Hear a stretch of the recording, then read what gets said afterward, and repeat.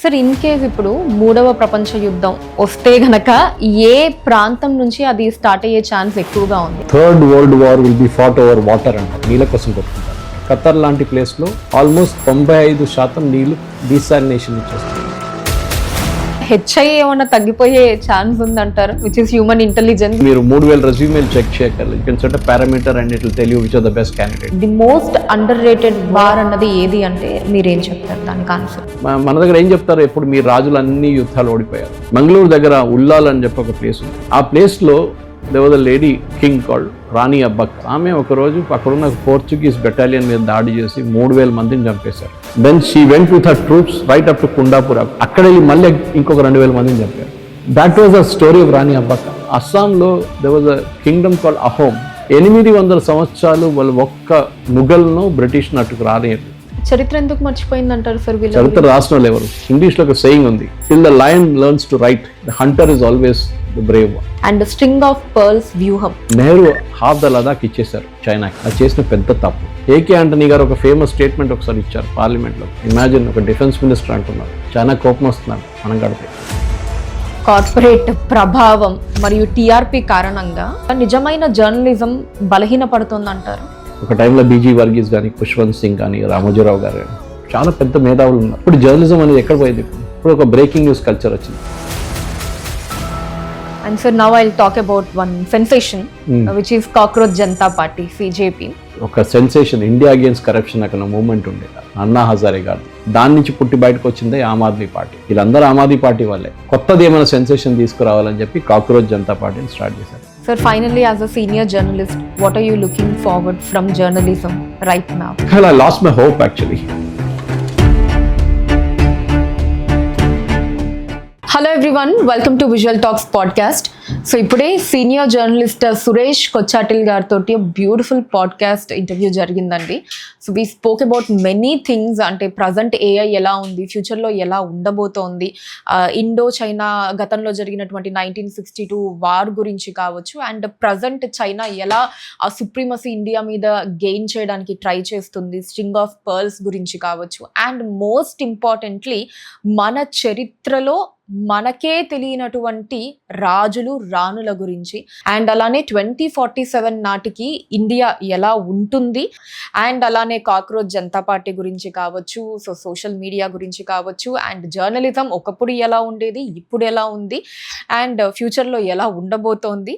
So ఇలాంటి చాలా విషయాల గురించి ఈ పాడ్కాస్ట్ ఇంటర్వ్యూలో డిస్కస్ చేయడం జరిగింది. సో ఈ పాడ్కాస్ట్ని ఖచ్చితంగా స్టార్టింగ్ నుంచి ఎండ్ వరకు మిస్ కాకుండా చూడండి. ఒక అమేజింగ్ నాలెడ్జ్ని చూసిన ప్రతి ఒక్కళ్ళు కూడా గెయిన్ అవుతారు. అండ్ అలానే మీరు ఈ ఛానల్ని ఫస్ట్ టైం చూస్తున్నట్లయితే ఛానల్ని సబ్స్క్రైబ్ చేసుకోవడం మర్చిపోకండి.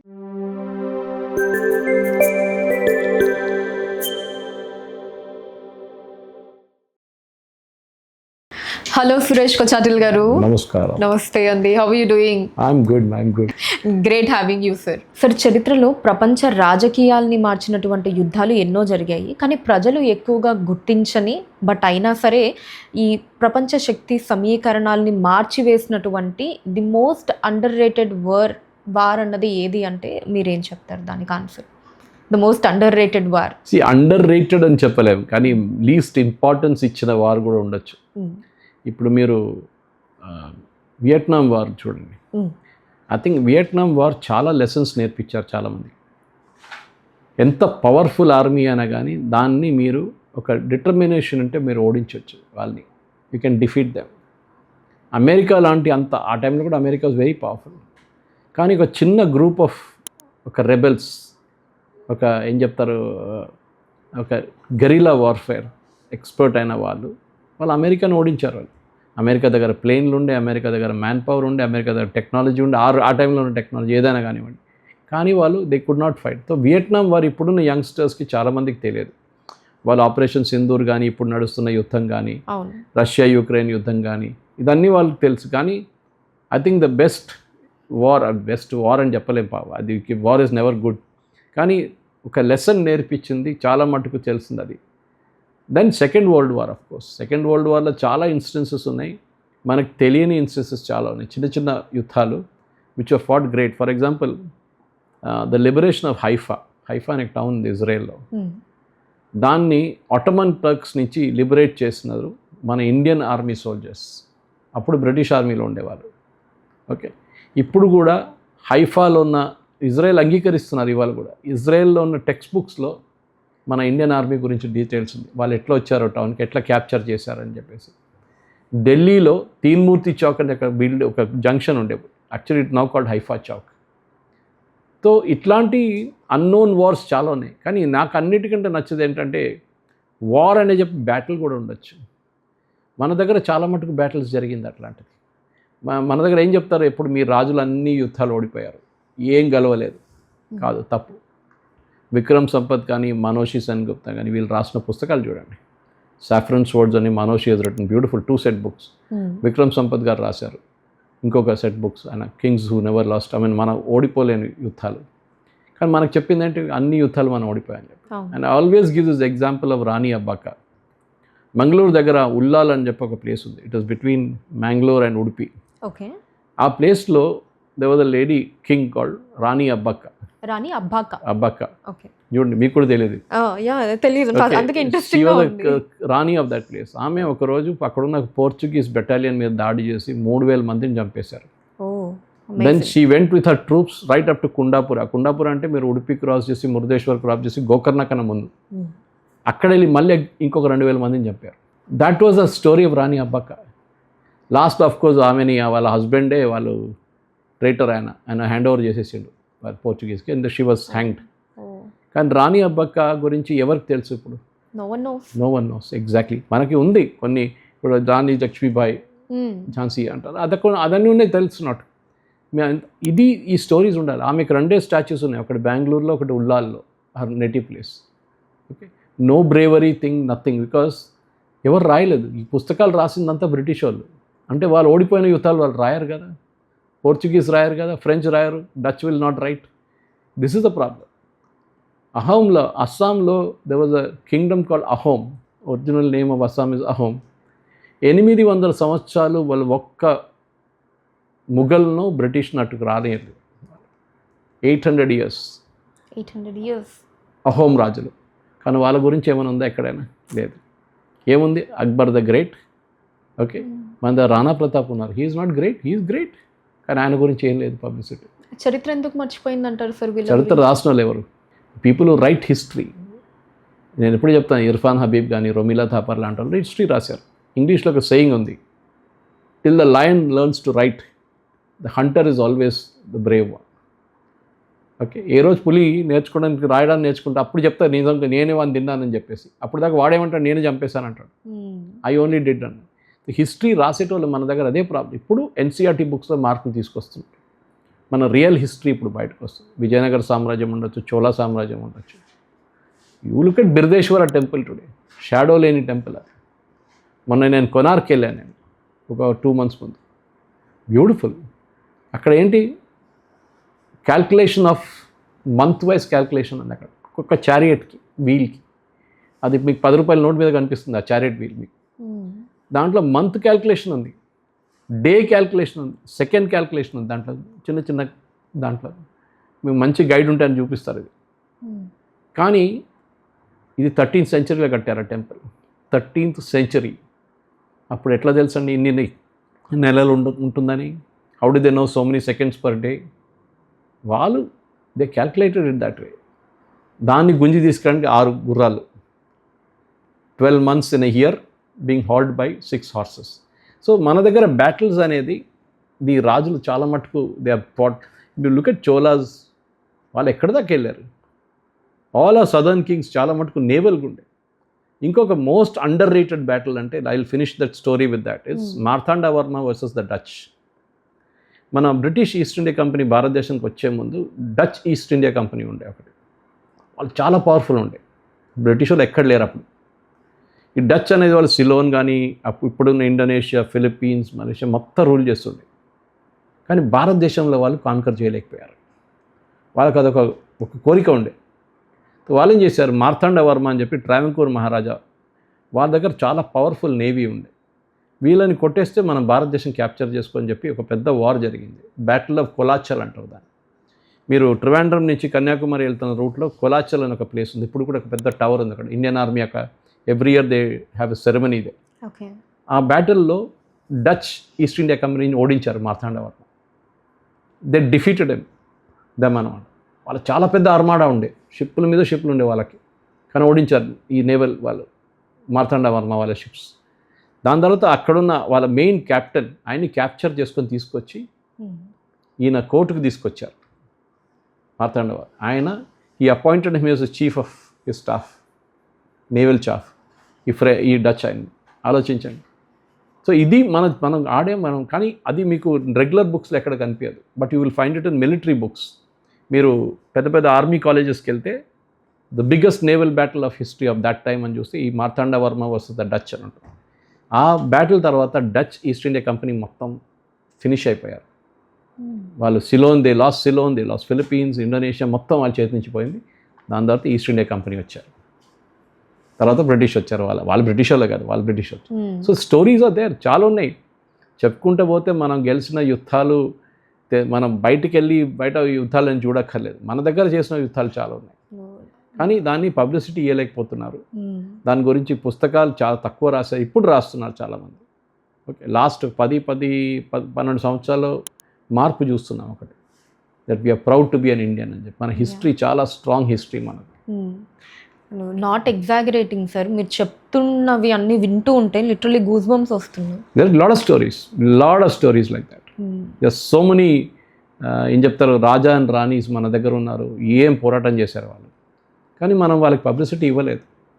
మనం కొంతమందికే పబ్లిసిటీ ఇచ్చాం. ముఘల్స్, నేను చెప్పాను చూడండి, మీరు బేలూరు హాలిబేడ్ వెళ్తే you will see this construction there. మీరు అనుకుంటారు ఇంజనీరింగ్ స్కిల్ ఎక్కడి నుంచి వస్తుంది.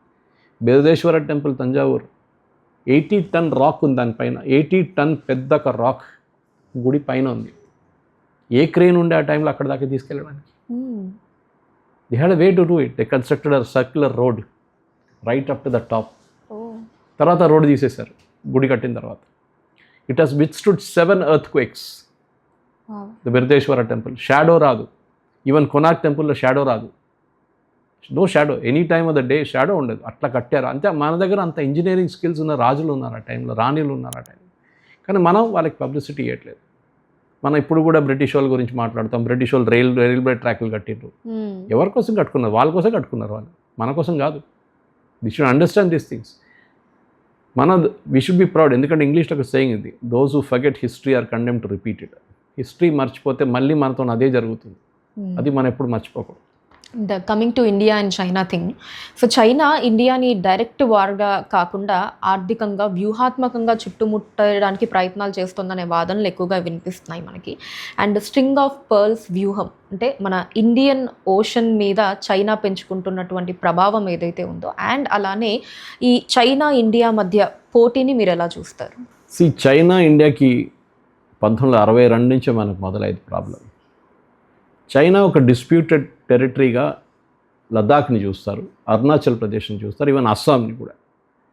వాళ్ళు ఏమంటున్నారంటే it was a part of the original Tibet illegal occupation వాళ్ళు చేసింది. కానీ వాళ్ళు చెప్తున్నారు ఇదంతా మా పాత చైనీస్ కింగ్డమ్ ఉండే, so we have taken over Tibet. మనకు తెలిసింది ఇప్పుడు మనం చూస్తున్న లద్దాఖ్ అండ్ చాలా బ్యూటిఫుల్ టెరిటరీ. నేను 2024లో వెళ్ళాను అక్కడ. ఐ మీన్ బ్యూటీ అంటే అది వెరీ స్పార్స్, ఏం కనిపించదు మీకు, దూరం రోడ్ కనిపించదు, ఎయిర్ చాలా థిన్గా ఉంటుంది. ఇన్ఫ్యాక్ట్ మీరు అక్కడ వెళ్ళినప్పుడు ఫస్ట్ 5-6 అవర్స్లో you are asked not to do any activity. వెళ్ళి హోటల్ రూమ్లో పండుకోవాలి అంతే, బికాజ్ ఆక్సిజన్ లెవెల్ చాలా తక్కువ ఉంటుంది. ఒక రోజు తర్వాతనే మీరు బయటికి వెళ్ళడానికి ప్రయత్నించాలన్నమాట. సో లదాఖ్లో ఉన్న హాఫ్ ద లదాఖ్ ఆ పోరాటంలో 62లో నెహ్రూ హాఫ్ ద లదాఖ్ ఇచ్చేశారు చైనాకి. ఓకే, అది చేసిన పెద్ద తప్పు. చూడడానికి జమ్మూ కాశ్మీర్ చాలా బాగుంటుంది, కానీ ఇక్కడ ఒక హాఫ్ పాకిస్తాన్ తీసుకెళ్ళిపోయారు, ఇక్కడ ఒక హాఫ్ చైనా తీసుకెళ్ళిపోయారు. మన దగ్గర ఉన్నది ఒక చిన్న పిజ్జా లాంటి ఒక పీస్ ఉంది అంతే. దాంట్లో ఒకవైపు కాశ్మీర్, ఒకవైపు లద్దాఖ్. సో చైనా వాళ్ళు ఏం చేస్తున్నారంటే, చైనాకి ఒక స్ట్రాటజీ ఉంది. అక్కడే యూఎస్ మన సహాయం చూస్తున్నారు ఇప్పుడు. ఎందుకంటే చైనాని కౌంటర్ చేయడానికి మనమే చేయవచ్చు. మనకు 2 జాగ్రఫీస్ ఉన్నాయి చైనాని కౌంటర్ చేయడానికి. ఒకటి లద్దాఖ్, ఇంకోటి అరుణాచల్ ప్రదేశ్. వీళ్ళు కాన్స్టెంట్లీ ఏం చేస్తారంటే చైనా ప్రోబింగ్ మిషన్స్ చేస్తారు. అంటే ఒక 20 మంది సోల్జర్స్ని పంపిస్తారు, చూస్తారు మనం రియాక్ట్ అవుతామా లేదా అని చెప్పేసి. కర్నల్ సంతోష్ బాబుది మీకు గుర్తుంటుంది ఆ case, where he was killed. అలా 20 సోల్జర్స్తో చంపేశారు లద్దాఖ్లో. కర్నల్ సంతోష్ బాబు మన హైదరాబాద్ నుంచి ఆయన. ఆ సంఘర్షణలో కూడా ఏం జరిగింది చూడండి, ఒక రూల్ ఉంది ఇండియా చైనా ఒక ప్యాక్ట్ ఏంటంటే మన ఆయుధాలు వాడము, we will never use guns అన్నమాట.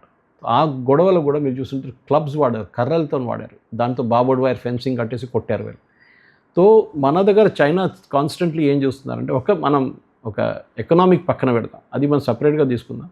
మిలిటరీలీ చైనా ఏం ట్రై చేస్తున్నారు అంటే కన్సిస్టెంట్లీ మన దేశాన్ని వాళ్ళు టెస్ట్ చేస్తున్నారు, మనం ఎక్కడ దాకా వెళ్ళొచ్చు. చైనా భారతదేశ యుద్ధం జరిగిందంటే 60-65 డిజాస్టర్, మనం ఓడిపోయాం. దానికి కృష్ణమేనోన్ కానీ నెహ్రూ కానీ వీళ్ళే రెస్పాన్సిబుల్ ఉండే.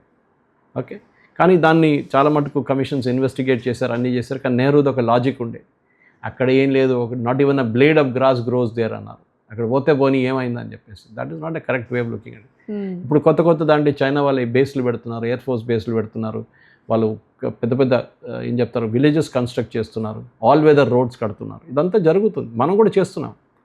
మనం అరుణాచల్ ప్రదేశ్ వైపు మనం లాస్ట్ 6 సంవత్సరాల్లో మనం కట్టిన రోడ్స్ రికార్డ్ యాక్చువల్లీ. ఎందుకంటే దీనికన్నా ముందు ఒక డిఫెన్స్ మినిస్టర్ ఉండే మనకు యూపీ హయాంలో, ఏకే యాంటనీ అని చెప్పి, is from my state of Kerala. Okay, AK Antony గారు ఒక ఫేమస్ స్టేట్మెంట్ ఒకసారి ఇచ్చారు పార్లమెంట్లో. ఒక ప్రశ్న అడిగారు ఎవరో, మీరు లద్దాఖ్లో అరుణాచల్ ప్రదేశ్లో రోడ్లు ఎందుకు కట్టట్లేదు అని చెప్పి. ఆయన అన్నారు, మనం కడితే చైనా కోప్పడతారు, దానికోసం మనం కట్టట్లేదు రోడ్డు. ఇమాజిన్, ఒక డిఫెన్స్ మినిస్టర్ అంటున్నారు, చైనా కోపం వస్తుందంట మనం కడితే. ఇప్పుడు చూడండి, మీరు వెళ్తే అక్కడ ప్రాజెక్ట్ హిమానీ కనిపిస్తుంది మీకు, లద్దాఖ్ టిల్ ద బార్డర్ మనకి రోడ్లు ఉన్నాయి. ఇప్పుడు అది మనం చేయాల్సి ఉండే, ఎప్పుడో చేయాలి ఉండేది. All weather all connectivity road, ఇప్పుడు జోజిలా పాస్ మనం చూస్తున్నాం, మన అది బ్రేక్ అయింది, అది tunnel will be completed soon అన్నమాట. అది కాకుండా అరుణాచల్ ప్రదేశ్ వైపు అక్కడ కూడా ఇదే ఇష్యూ ఉంటాయి మనకి. చైనా చాలా మటుకు వాళ్ళ విలేజెస్ని చైనీస్ పేరు పెట్టుకుంటారు, మా మ్యాప్లలో మన వైపు చూపిస్తారు. అరుణాచల్ ప్రదేశ్ నుంచి ఎవరైనా చైనాకి వెళ్ళాలనుకుంటే వాళ్ళకి వీసా ఇవ్వరు, వీసా ఇస్తారు సపరేట్గా స్టాంప్ వేసి వీసా ఇవ్వరు, పేపర్లు వేసి క్లిప్ చేస్తారు పాస్పోర్ట్కి, because these Arunachal Pradesh is a part of China. So China వైపు నుంచి గేమ్ నడుస్తూనే ఉంటుంది. మళ్ళీ మీరు సౌత్ చైనా సీ గురించి చెప్పారు, మనం ల్యాండ్ బేస్ చూసాం. సౌత్ చైనా సీకి వచ్చినప్పుడు మనం ఇప్పుడు ఒక పెద్ద మేజర్ ప్రాజెక్ట్ చేస్తున్నాం, గ్రేట్ నికోబార్ ప్రాజెక్ట్ అని చెప్పి మీరు వినుంటారు. రాహుల్ గాంధీ మన వెళ్ళి ప్రొటెస్ట్ చేశారు, స్క్యూబా డైవింగ్ చేశారు, అక్కడ ట్రైబల్స్ని చేసేస్తారు, మీరు ఎన్వైర్న్మెంట్ కొట్టేస్తారు, 1,00,000 చెట్లు కొట్టేస్తున్నారు. అది great Nicobar project last island Nicobar చైన్లో, అండమాన్ అండ్ నికోబార్ చైన్లో లాస్ట్ ఐలాండ్. అక్కడ మనం ఒక మేజర్ ట్రాన్స్షిప్మెంట్ ప్రాజెక్ట్ పెట్టబోతున్నాం. ట్రాన్స్షిప్మెంట్ అంటే మీరు చూసుంటారు, పెద్ద షిప్లు వస్తుంటాయి కంటైనర్తో సహా. ఓకే, అది మన భారతదేశం వైపు ఎక్కువ రాలేరు. మన దగ్గర ఒకటే పోర్ట్ ఉంది where we can come, which is విడిన్యం ఇన్ కేరళ, ట్రివాండ్రం దగ్గర. డీప్ వాటర్ పోర్ట్ అంటారు, అంటే మినిమం ఒక 20 మీటర్లు ఉండాలి డెప్త్, లేకుండా మీరు డ్రెడ్జ్ చేస్తూ ఉండాలి, కాన్స్టెంట్గా ఇసుక తీసుకునే ఉండాలి, మళ్ళీ విశాఖపట్నం చేస్తున్నట్లు. ఓకే, సో ఈ గ్రేట్ నికోబార్ ప్రాజెక్ట్లో మనకు అడ్వాంటేజ్ ఏంటంటే ఒక దాని ఏరియా దగ్గర 20 మీటర్స్ డెప్త్ ఉంది. సో ఈ పెద్ద కంటైనర్ షిప్స్ అక్కడికి రావచ్చు. నాకు చైనాకి భయం ఏంటంటే, ఒక 6 డిగ్రీ ఛానల్ అని చెప్పి ఒక ఛానల్ ఉంది అక్కడ గ్రేట్ నికోబార్ నుంచి కొంచెం దూరంలో. దాని పక్కన మలకా స్ట్రైట్స్ అని చెప్పి మన ఇప్పుడు హొర్మూజ్ అని వింటున్నాం చూడండి, హార్మూజ్ పెద్దన్న అది మలకా స్ట్రైట్స్. ఆల్మోస్ట్ 40% వరల్డ్లో ఉన్న మర్చెండైజ్ అంతా అదే రూట్ నుంచి వెళ్తుంది, ఇంక్లూడింగ్ ఆయిల్. ఓకే, మనం ఒక రోజు తీసుకెళ్ళి 2 షిప్లు అక్కడ పెట్టేస్తే అంతే సంగతి. అండ్ ఎవరు వాడతారో రూట్ అందరికంటే ఎక్కువ చైనాకి వెళ్ళే షిప్స్ అన్నీ అదే రూట్ వాడతారు. It is going next to Indonesia and going like that to China. ఇప్పుడు మనం కడుతున్నప్పుడు చైనా ఆబ్జెక్ట్ చేస్తున్నారు త్రూ అవర్ లోకల్ పొలిటీషియన్స్, ఇక్కడ దాన్ని ఆపాలని చెప్పేసి. We will not stop it. అక్కడ ఒక ఎయిర్పోర్ట్ వస్తుంది, డ్యూయల్ యూఎస్ ఎయిర్పోర్ట్, అంటే ఎయిర్ ఫోర్స్ వాడుకుంటారు అండ్ సివిలియన్స్ వాడుకుంటారు. ఆల్రెడీ మనకు ఒక ఎయిర్ ఫోర్స్ బేస్ ఉంది అక్కడ, నేవల్ బేస్, ఐఎన్ఎస్ బాజ్ అని చెప్పేసి. అది కొంచెం పాతది, కానీ దాని రన్వే అంత ఎక్కువ లేదు. We cannot expand it beyond a point, environmental problems. So చైనాని అడ్డుకోవడానికి సౌత్ చైనా సీలో, ఎందుకంటే చైనాకి భయం ఏంటంటే, మనం అక్కడసారి గ్రేట్ నికోబార్ ప్రాజెక్ట్ మనం ఇంప్లిమెంట్ చేస్తే, and it is a 40-year project, దాంట్లో 30 yearsకి కండెన్స్ చేశారు, 10 yearsలో కడతారు అది. మనం అక్కడ నుంచి చైనా నుంచి వచ్చే ప్రతి షిప్ని మనం ట్రాక్ చేస్తూ ఉంటాం. చైనా చేస్తుంటారు, మీరు చెప్పారు స్ట్రింగ్ ఆఫ్ పర్ల్స్ అని చెప్పారు. అవును సార్. వాళ్ళు హంబంబోటా పోర్ట్కి వెళ్ళారు శ్రీలంకలో, లోన్ ఇస్తారు. వీళ్ళ స్ట్రాటజీ ఏంటంటే, వీళ్ళు లోన్ ఇస్తారు. ఏ దేశంకి వెళ్ళినా మీకు ఎంత కావాలి, 40 million ఇచ్చేస్తామంటారు. వాళ్ళు కట్టలేరు, వాళ్ళకి తెలుసు వీళ్ళు కట్టలేరు. ఏం చేస్తారు, ఆ ప్రాపర్టీకి ఉంచుకుంటారు. ఒకటి మనం ఇక్కడ చేస్తున్నట్టు రియల్ ఎస్టేట్ వాళ్ళు చేస్తారు, మన ఏజెంట్లు ఉంటారు చూడండి, కొంతమంది లోన్ ఏజెంట్లు ఉంటారు, వాళ్ళు చేస్తున్న పని ఇదే, గుంజుకుంటారు. అక్కడ హంబంబోటా పోర్ట్ తీసుకున్నారు. ఇది చైనా చేస్తుంది. జిబూటి అని చెప్పి ఆఫ్రికాలో ఒక ప్లేస్ ఉంది, అక్కడ కూడా వాళ్ళు చేశారు ఇదే పని. పాకిస్తాన్లో అక్కడ కూడా చేశారు. సో గాడ్ ఆఫ్ పోర్ట్ అక్కడ చేశారు, అక్కడ శ్రీలంకలో చేసుకుని. So they building a string of pearls across అనమాట. సో వాళ్ళకి ఏంటంటే వాళ్ళ నేవీని, వాళ్ళ కమర్షియల్ని అంతగా వాడుకుంటారు. ఇప్పుడు ఈ పోర్ట్ వస్తే ప్రాబ్లం ఏమవుతుందంటే 3 పోర్ట్లు ఇంపాక్ట్ అవుతుంది. ఒకటి శ్రీలంక, ఒకటి clang Malaysia and Singapore, of course Dubai. ఈ కంటైనర్ షిప్స్ అంతా భారతదేశానికి వచ్చిన కంటైనర్ షిప్స్ అప్పుడు అన్నీ కొలంబోకి వెళ్తుంది, లేకుంటే క్లాంగ్ మలేషియాకి వెళ్తుంది, లేకుంటే సింగపూర్కి వెళ్ళి అక్కడి నుంచి చిన్న షిప్స్లో మన దగ్గరికి తీసుకొస్తారు. అప్పుడు ఎంత ఖర్చు చూడండి ఎక్కువ. నా we will avoid that straight away. పెద్ద షిప్ డైరెక్ట్ వచ్చి అండమాన్స్కి వచ్చేస్తుంది, అక్కడ గ్రేట్ నికోబార్ ప్రాజెక్ట్, నికోబార్ నుంచి మన చిన్న షిప్స్లో భారతదేశం విశాఖపట్నం చెన్నై వెళ్ళిపోతుంది.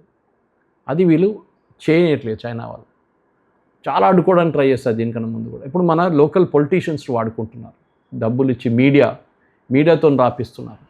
ఏంటి అక్కడ పెద్ద ఎన్వైరన్మెంటల్ డిజాస్టర్ జరగబోతుంది, ట్రైబల్స్ని తీసి పక్కన పడేస్తారు వీళ్ళు, జరావా ట్రైబ్స్ ఉన్నారు అక్కడ, వాళ్ళకి లైఫ్ లేదా ఏంటి ఇది అని చెప్పి 1,00,000 చెట్లు కొట్టేస్తున్నారు, 2 లక్షల చెట్లు పెడుతున్నారు. ఇంకా government spending huge amount of money, environment clearance తీసుకున్నారు. సో మీరు అడిగిన చైనా స్ట్రాటజీ ఏంటంటే ప్రతి దేశంలో వాళ్ళకి ఇన్ఫ్లుయెన్స్ ట్రై చేస్తున్నారు.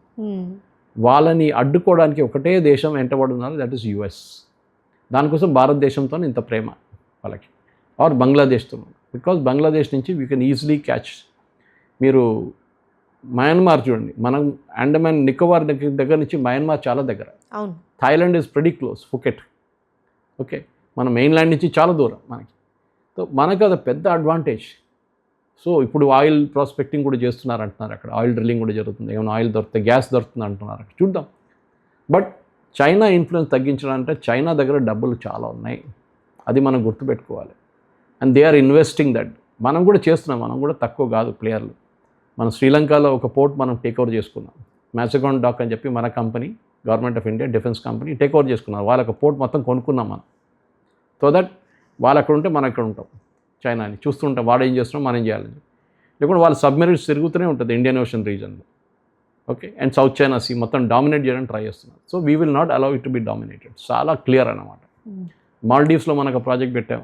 మాల్డీవ్స్లో గవర్నమెంట్ మారంగానే పెద్ద కాంట్రవర్సీ అయింది, అది ముయిజు గవర్నమెంట్ వచ్చినప్పుడు గెట్ అవుట్ ఇండియా ప్రాజెక్ట్. కానీ ఏమైంది, ఇప్పుడు గెట్ అవుట్ లేదు, ఏం లేదు, మనం అక్కడే ఉన్నాం. So we're doing our game, మనం కూడా ఆడుతాం. పెద్ద సెషైల్స్లో మన పెద్ద యూనిట్ ఒకటి ఉంది. ఓకే, అట్లాంటి చాలా చోట్లలో మనం పెట్టుకుంటున్నాం. ఈవెన్ ఇరాన్లో ఉన్న పోర్ట్ ఒకటి మన దగ్గర ఉంది, గోడర్ చాబహార్ పోర్ట్, అది కూడా మనం టేక్ ఓవర్ చేసుకున్నాం. కానీ ఇప్పుడు ఈ గొడవలు అది చిన్న ప్రాబ్లంలో ఉందన్నమాట. ఓకే, కానీ చైనాని అడ్డుకోవడానికి యూఎస్కి ఇంట్రెస్ట్ ఉంది, అండ్ మనం కూడా ఒక ఆల్మోస్ట్ లైక్ పార్ట్నర్ పనిచేస్తే బాగుంటుంది. కానీ యూఎస్ని మనం డామినేట్ చేయనీయకూడదు. వాళ్ళ సెల్ఫిష్ ఇంట్రెస్ట్ చూసుకుంటున్నారు, కానీ వాళ్ళకి ఏ రోజు చైనాతో గొడవ లేని వాళ్ళు వెళ్ళిపోతారు, మనం ప్రాబ్లం వచ్చేస్తాం. So we should same time చైనాతో గొడవ పెట్టక్కర్లేదు. మనం ల్యాండ్ బేస్డ్ యుద్ధం జరగదు. చైనా మిసైల్ తయారు చేస్తారు, మనం కూడా మిసైల్ తయారు చేస్తున్నాం. మన దగ్గర ఉన్న అగ్ని-5 చైనా కొట్టచ్చు ఈజీగా, కానీ మనం వాడం. న్యూక్లియర్ వెపన్ కానీ పెద్ద మిసైల్స్ కానీ ఎవరు వాడరు. సెకండ్ వరల్డ్ వార్ తర్వాత తెలిసిపోయింది, హిరోషిమా నాగాసాకి ఏం జరిగింది అందరికి తెలుసు. దాని తర్వాత చెర్నోబిల్లో ఏం జరిగింది అందరికి తెలుసు న్యూక్లియర్ ప్రాజెక్ట్లో. దాని తర్వాత ఫుకుషిమా పవర్ ప్రాజెక్ట్లో ఏం జరిగింది, న్యూక్లియర్ ప్రాజెక్ట్ జపాన్లో, అది కూడా పెద్ద డిజాస్టర్. ఎవ్వరు అదే కర్రలాగా చేతిలో పట్టుకొని కూర్చుంటాం మనం, నువ్వు వస్తే నేను కొడతాను నిన్ను అని చెప్పేసి. మన నార్త్ కొరియన్ కిమ్ జాంగ్ ఉన్నాడు చూడండి, అన్నదే చేస్తాడు పని. ఆయన దగ్గర ఎవ్వరు వెళ్ళారు, మీరు చూస్తుంటారా? అవును సార్. అసలు మొన్న కూడా మీరు చూస్తే, అంటే ఇప్పుడు ఈ వార్ ఏదైతే స్టార్ట్ అయిందో అమెరికాది కావచ్చు, అప్పుడు కూడా సోషల్ మీడియాలో మీమ్స్ అంతా కూడా నా దగ్గర రావట్లే, చీమల మందన్న వదలంటారా, నేను వస్తాను వారికి. అప్పుడప్పుడు 2 మిసైల్ కొడతాడు, జపాన్కి వైపు అది వెళ్ళి సీలో పడిపోతుంది. ఆయనకు అది ఎందుకంటే ఆయన దగ్గర న్యూక్లియర్ వెపన్ ఉంది, సో భయపడతారు. యుక్రెయిన్ రష్యా ఎందుకు ఆక్రమించారు? యుక్రెయిన్ దగ్గర న్యూక్లియర్ వెపన్స్ ఉండే ముందు, యుఎస్ఎస్ఆర్ ఉన్నప్పుడు. యుఎస్ఎస్ఆర్ స్ప్లిట్ అయినప్పుడు రష్యా ఏమన్నారు, మీ దగ్గర ఎందుకు న్యూక్లియర్ వెపన్స్, మిమ్మల్ని మేము చూసుకుంటాం, మిమ్మల్ని మీకు కావాలంటే మిమ్మల్ని కాపాడుకుంటాం మేము, ఆ వెపన్స్ అంతా మాకు ఇచ్చిందని చెప్పి తీసుకెళ్ళిపోయారు రష్యా. తర్వాత రష్యా దాడి చేశారు యుక్రెయిన్ దగ్గర ఏం లేదు. ఇప్పుడు వాళ్ళకి యూరోపియన్ యూనియన్ వాళ్ళు మిసైల్స్ ఇస్తున్నారు, కానీ ఏం లేకుండే వాళ్ళ దగ్గర, దే ఆర్ హెల్ప్లెస్. ఓకే, అదొక అడ్వాంటేజ్. సో న్యూక్లియర్ వెపన్ అనేది ఒక వెపన్, థ్రెట్, అది అంతే, ఎవరు వాడరు. Because they know the result. మీరు ఒకసారి వాడారో దట్స్ ఎండ్ ఆఫ్ ఇట్. మీరు ఉండరు, వాళ్ళు ఉండరు. సరే, 1962లో చైనా యుద్ధం ఏదైతే ఉందో భారత చరిత్రలో అత్యంత బాధాకరమైన యుద్ధంగా అది ఎందుకు మిగిలిపోయింది సార్? అంటే మన సైడ్ నుంచి చేసినటువంటి వ్యూహాత్మక తప్పిదాలు ఏంటి, and at the same time దాని నుంచి మనం నేర్చుకున్నటువంటి పాఠాలు ఏంటి? We were totally unprepared. మన సోల్జర్స్కి షూస్ లేకుండే, బూట్లు లేకుండే. ఆలోచించండి, కోల్డ్ వెదర్ జాకెట్స్ లేకుండే, అట్లనే పంపించారు. Krishna Menon main culprit, defence minister అప్పుడు ఉన్నాడు. నెహ్రూ రైట్ హ్యాండ్ మ్యాన్ ఆయన. అప్పుడే ఆ యుద్ధానికి వెళ్ళడానికి మనం we should not have gone. ఎంతోమంది చనిపోయారు మన soldiers, not because of Chinese fire, ఈ వెదర్తో ఎంతోమంది. ఎందుకంటే షూస్ లేదు, ఏం లేదు. మీరు -30 degrees -40 degrees ఎట్లా బతుకుతారు మీరు? దానికోసం ఆ లెసన్. సో దాని తర్వాత చాలా మటుకు రివ్యూస్ జరిగింది, ఎందుకు Krishna Menon had to resign after that. So ఆ చైనీస్ ఆ యుద్ధంలో మనం టోటలీ అన్ప్రిపేర్డ్గా వెళ్ళాము. దాని తర్వాత మీరు వినుంటారు, విత్ ఈవెన్ ఒక 20 సంవత్సరాల ముందు కూడా మనకు జాకెట్స్ లేకుండే, బుల్లెట్ ప్రూఫ్ జాకెట్స్ లేదని చెప్పి పెద్ద ఇష్యూ చేశారు ఆ టైం. తర్వాత జార్జ్ ఫెర్నాండెస్ గారు వచ్చినప్పుడు గవర్నమెంట్ ఆఫ్ ఇండియా చాలా మటుకు అప్రూవ్ చేశారు. In fact Fernandes was a great man. ఆయన ఏం చేశారు, కొంతమంది joint secretary and even secretary level వాళ్ళు ఆఫీసర్లు డిఫెన్స్ మినిస్ట్రీలో శాంక్షన్ చేయట్లేదు. గవర్నమెంట్ ఆఫ్ ఇండియా శాంక్షన్ చేసినా కానీ బూట్లు పంపించట్లేదు, బుల్లెట్ ప్రూఫ్ జాకెట్స్ పంపించట్లేదు, సియాచన్లో వాళ్ళు కోల్డ్ క్లోత్స్ పంపించట్లేదు, షూస్ పంపించట్లేదు.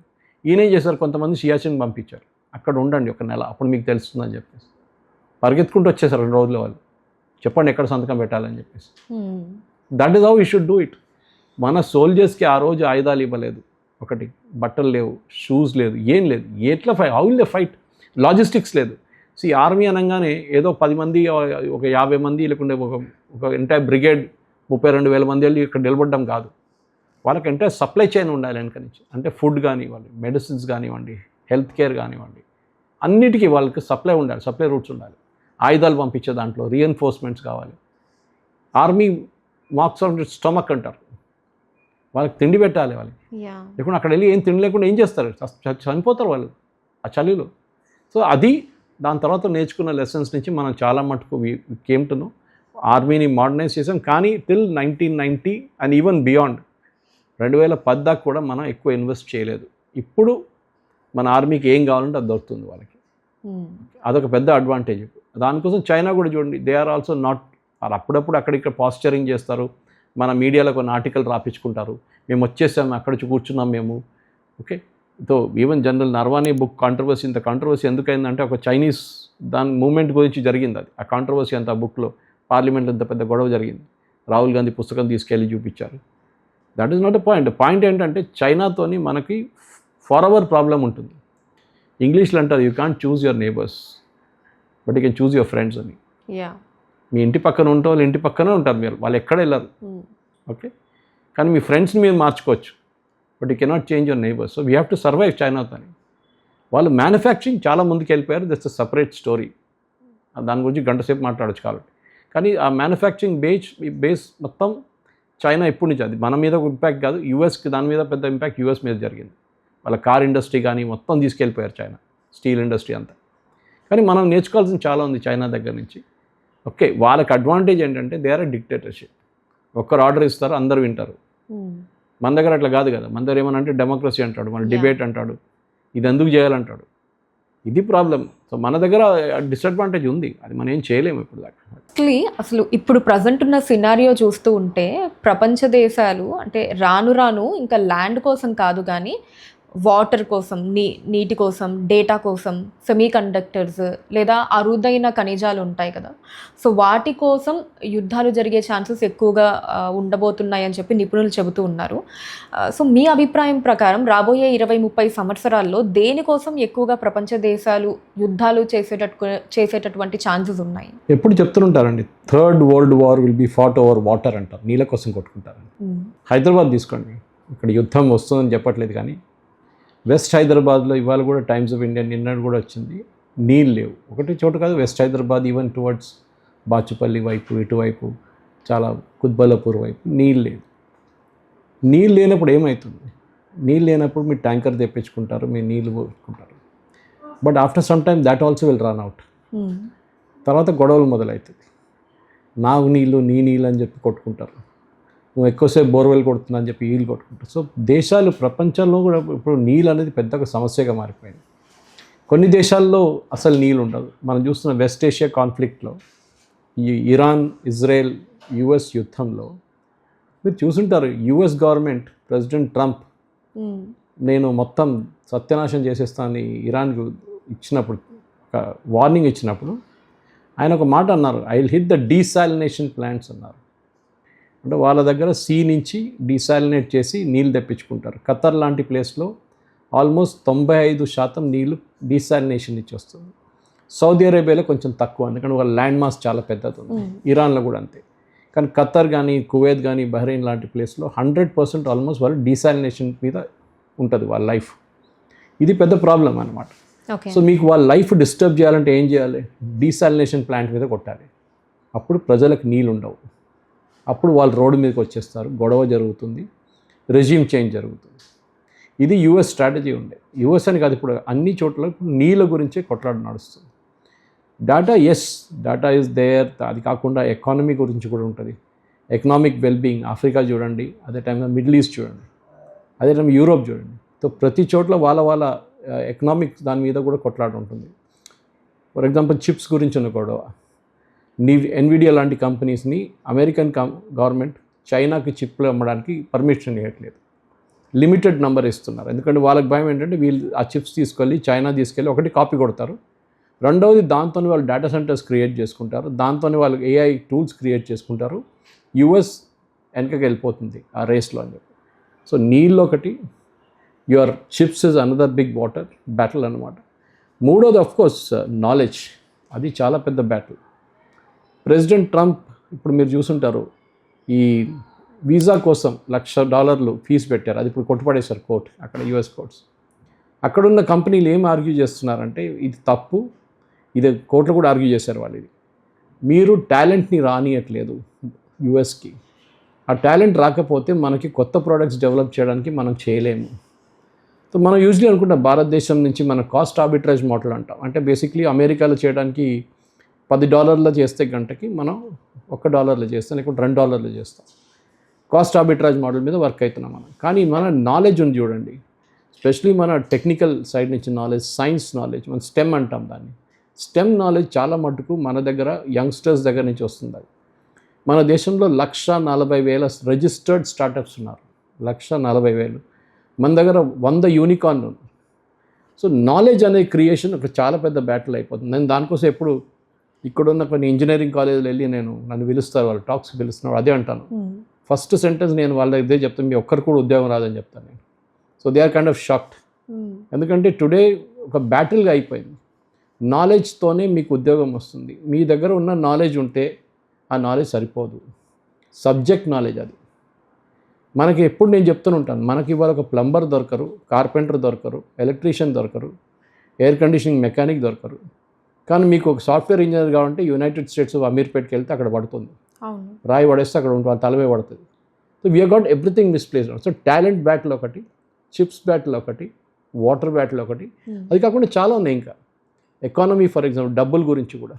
ఒకవైపు నేను చెప్పాను చూడండి, ఆఫ్రికాలో ఉన్న కొన్ని స్టేట్స్లో ఉన్న పావర్టీ చూస్తే కంట్రీలో, అదే టైంలో మీరు మిడిల్ ఈస్ట్కి వస్తే అక్కడ గోల్డ్ ప్యాలెసెస్లు, గోల్డ్ టాయిలెట్లు కట్టుకుంటారు వాళ్ళు. సో దే బిగ్ డైకాటమీ అన్నమాట. అది దానికోసం మనం ఎప్పుడు చెప్తుంటాం, నెక్సలిజం ఎందుకు వచ్చిందని అడుగుతారు నన్ను. నేను చదివిందంతా ఉస్మానియాలోనే. So that was the bedrock of naxalism. School కూడా ఉస్మానియాలో ఉండే నాది. సో నక్సలిజం దగ్గర నుంచి చూసాం మేము. ఎందుకు వచ్చిందంటే మనకి ఒకవైపు జమీందారు ఉంటాడు, ఇంకోవైపు ఏం లేనివాడు ఉంటాడు. సో న్యాచురల్లీ ఒకడు తుపాకీ తీసుకుంటాడు వాడు. దాంతో ఎందుకంటే నేను వచ్చింది కేరళలో communist first elected communist government in the world, EMS నమోదరిపాడది. అంటే నెక్సలిజం అక్కడే రావాలి కదా ఫస్ట్, అక్కడ రాలేదు. వెస్ట్ బెంగాల్లో 34 సంవత్సరాలు పరిపాలించారు లెఫ్ట్ ఫ్రంట్ గవర్నమెంట్, జ్యోతిబాసు గారు, దాని తర్వాత బుద్ధజీ భట్టాచార్య. కానీ అక్కడ కూడా నెక్సలిజం రాలేదు. ఇన్ఫ్యాక్ట్ నెక్సల్ బారి అనే విలేజ్ ఇదంతా మొదలైంది, చారు సానియాల్ వీళ్ళందరూ ఈజ్ ఇన్ వెస్ట్ బెంగాల్. కానీ అక్కడ ఎందుకు లేదు?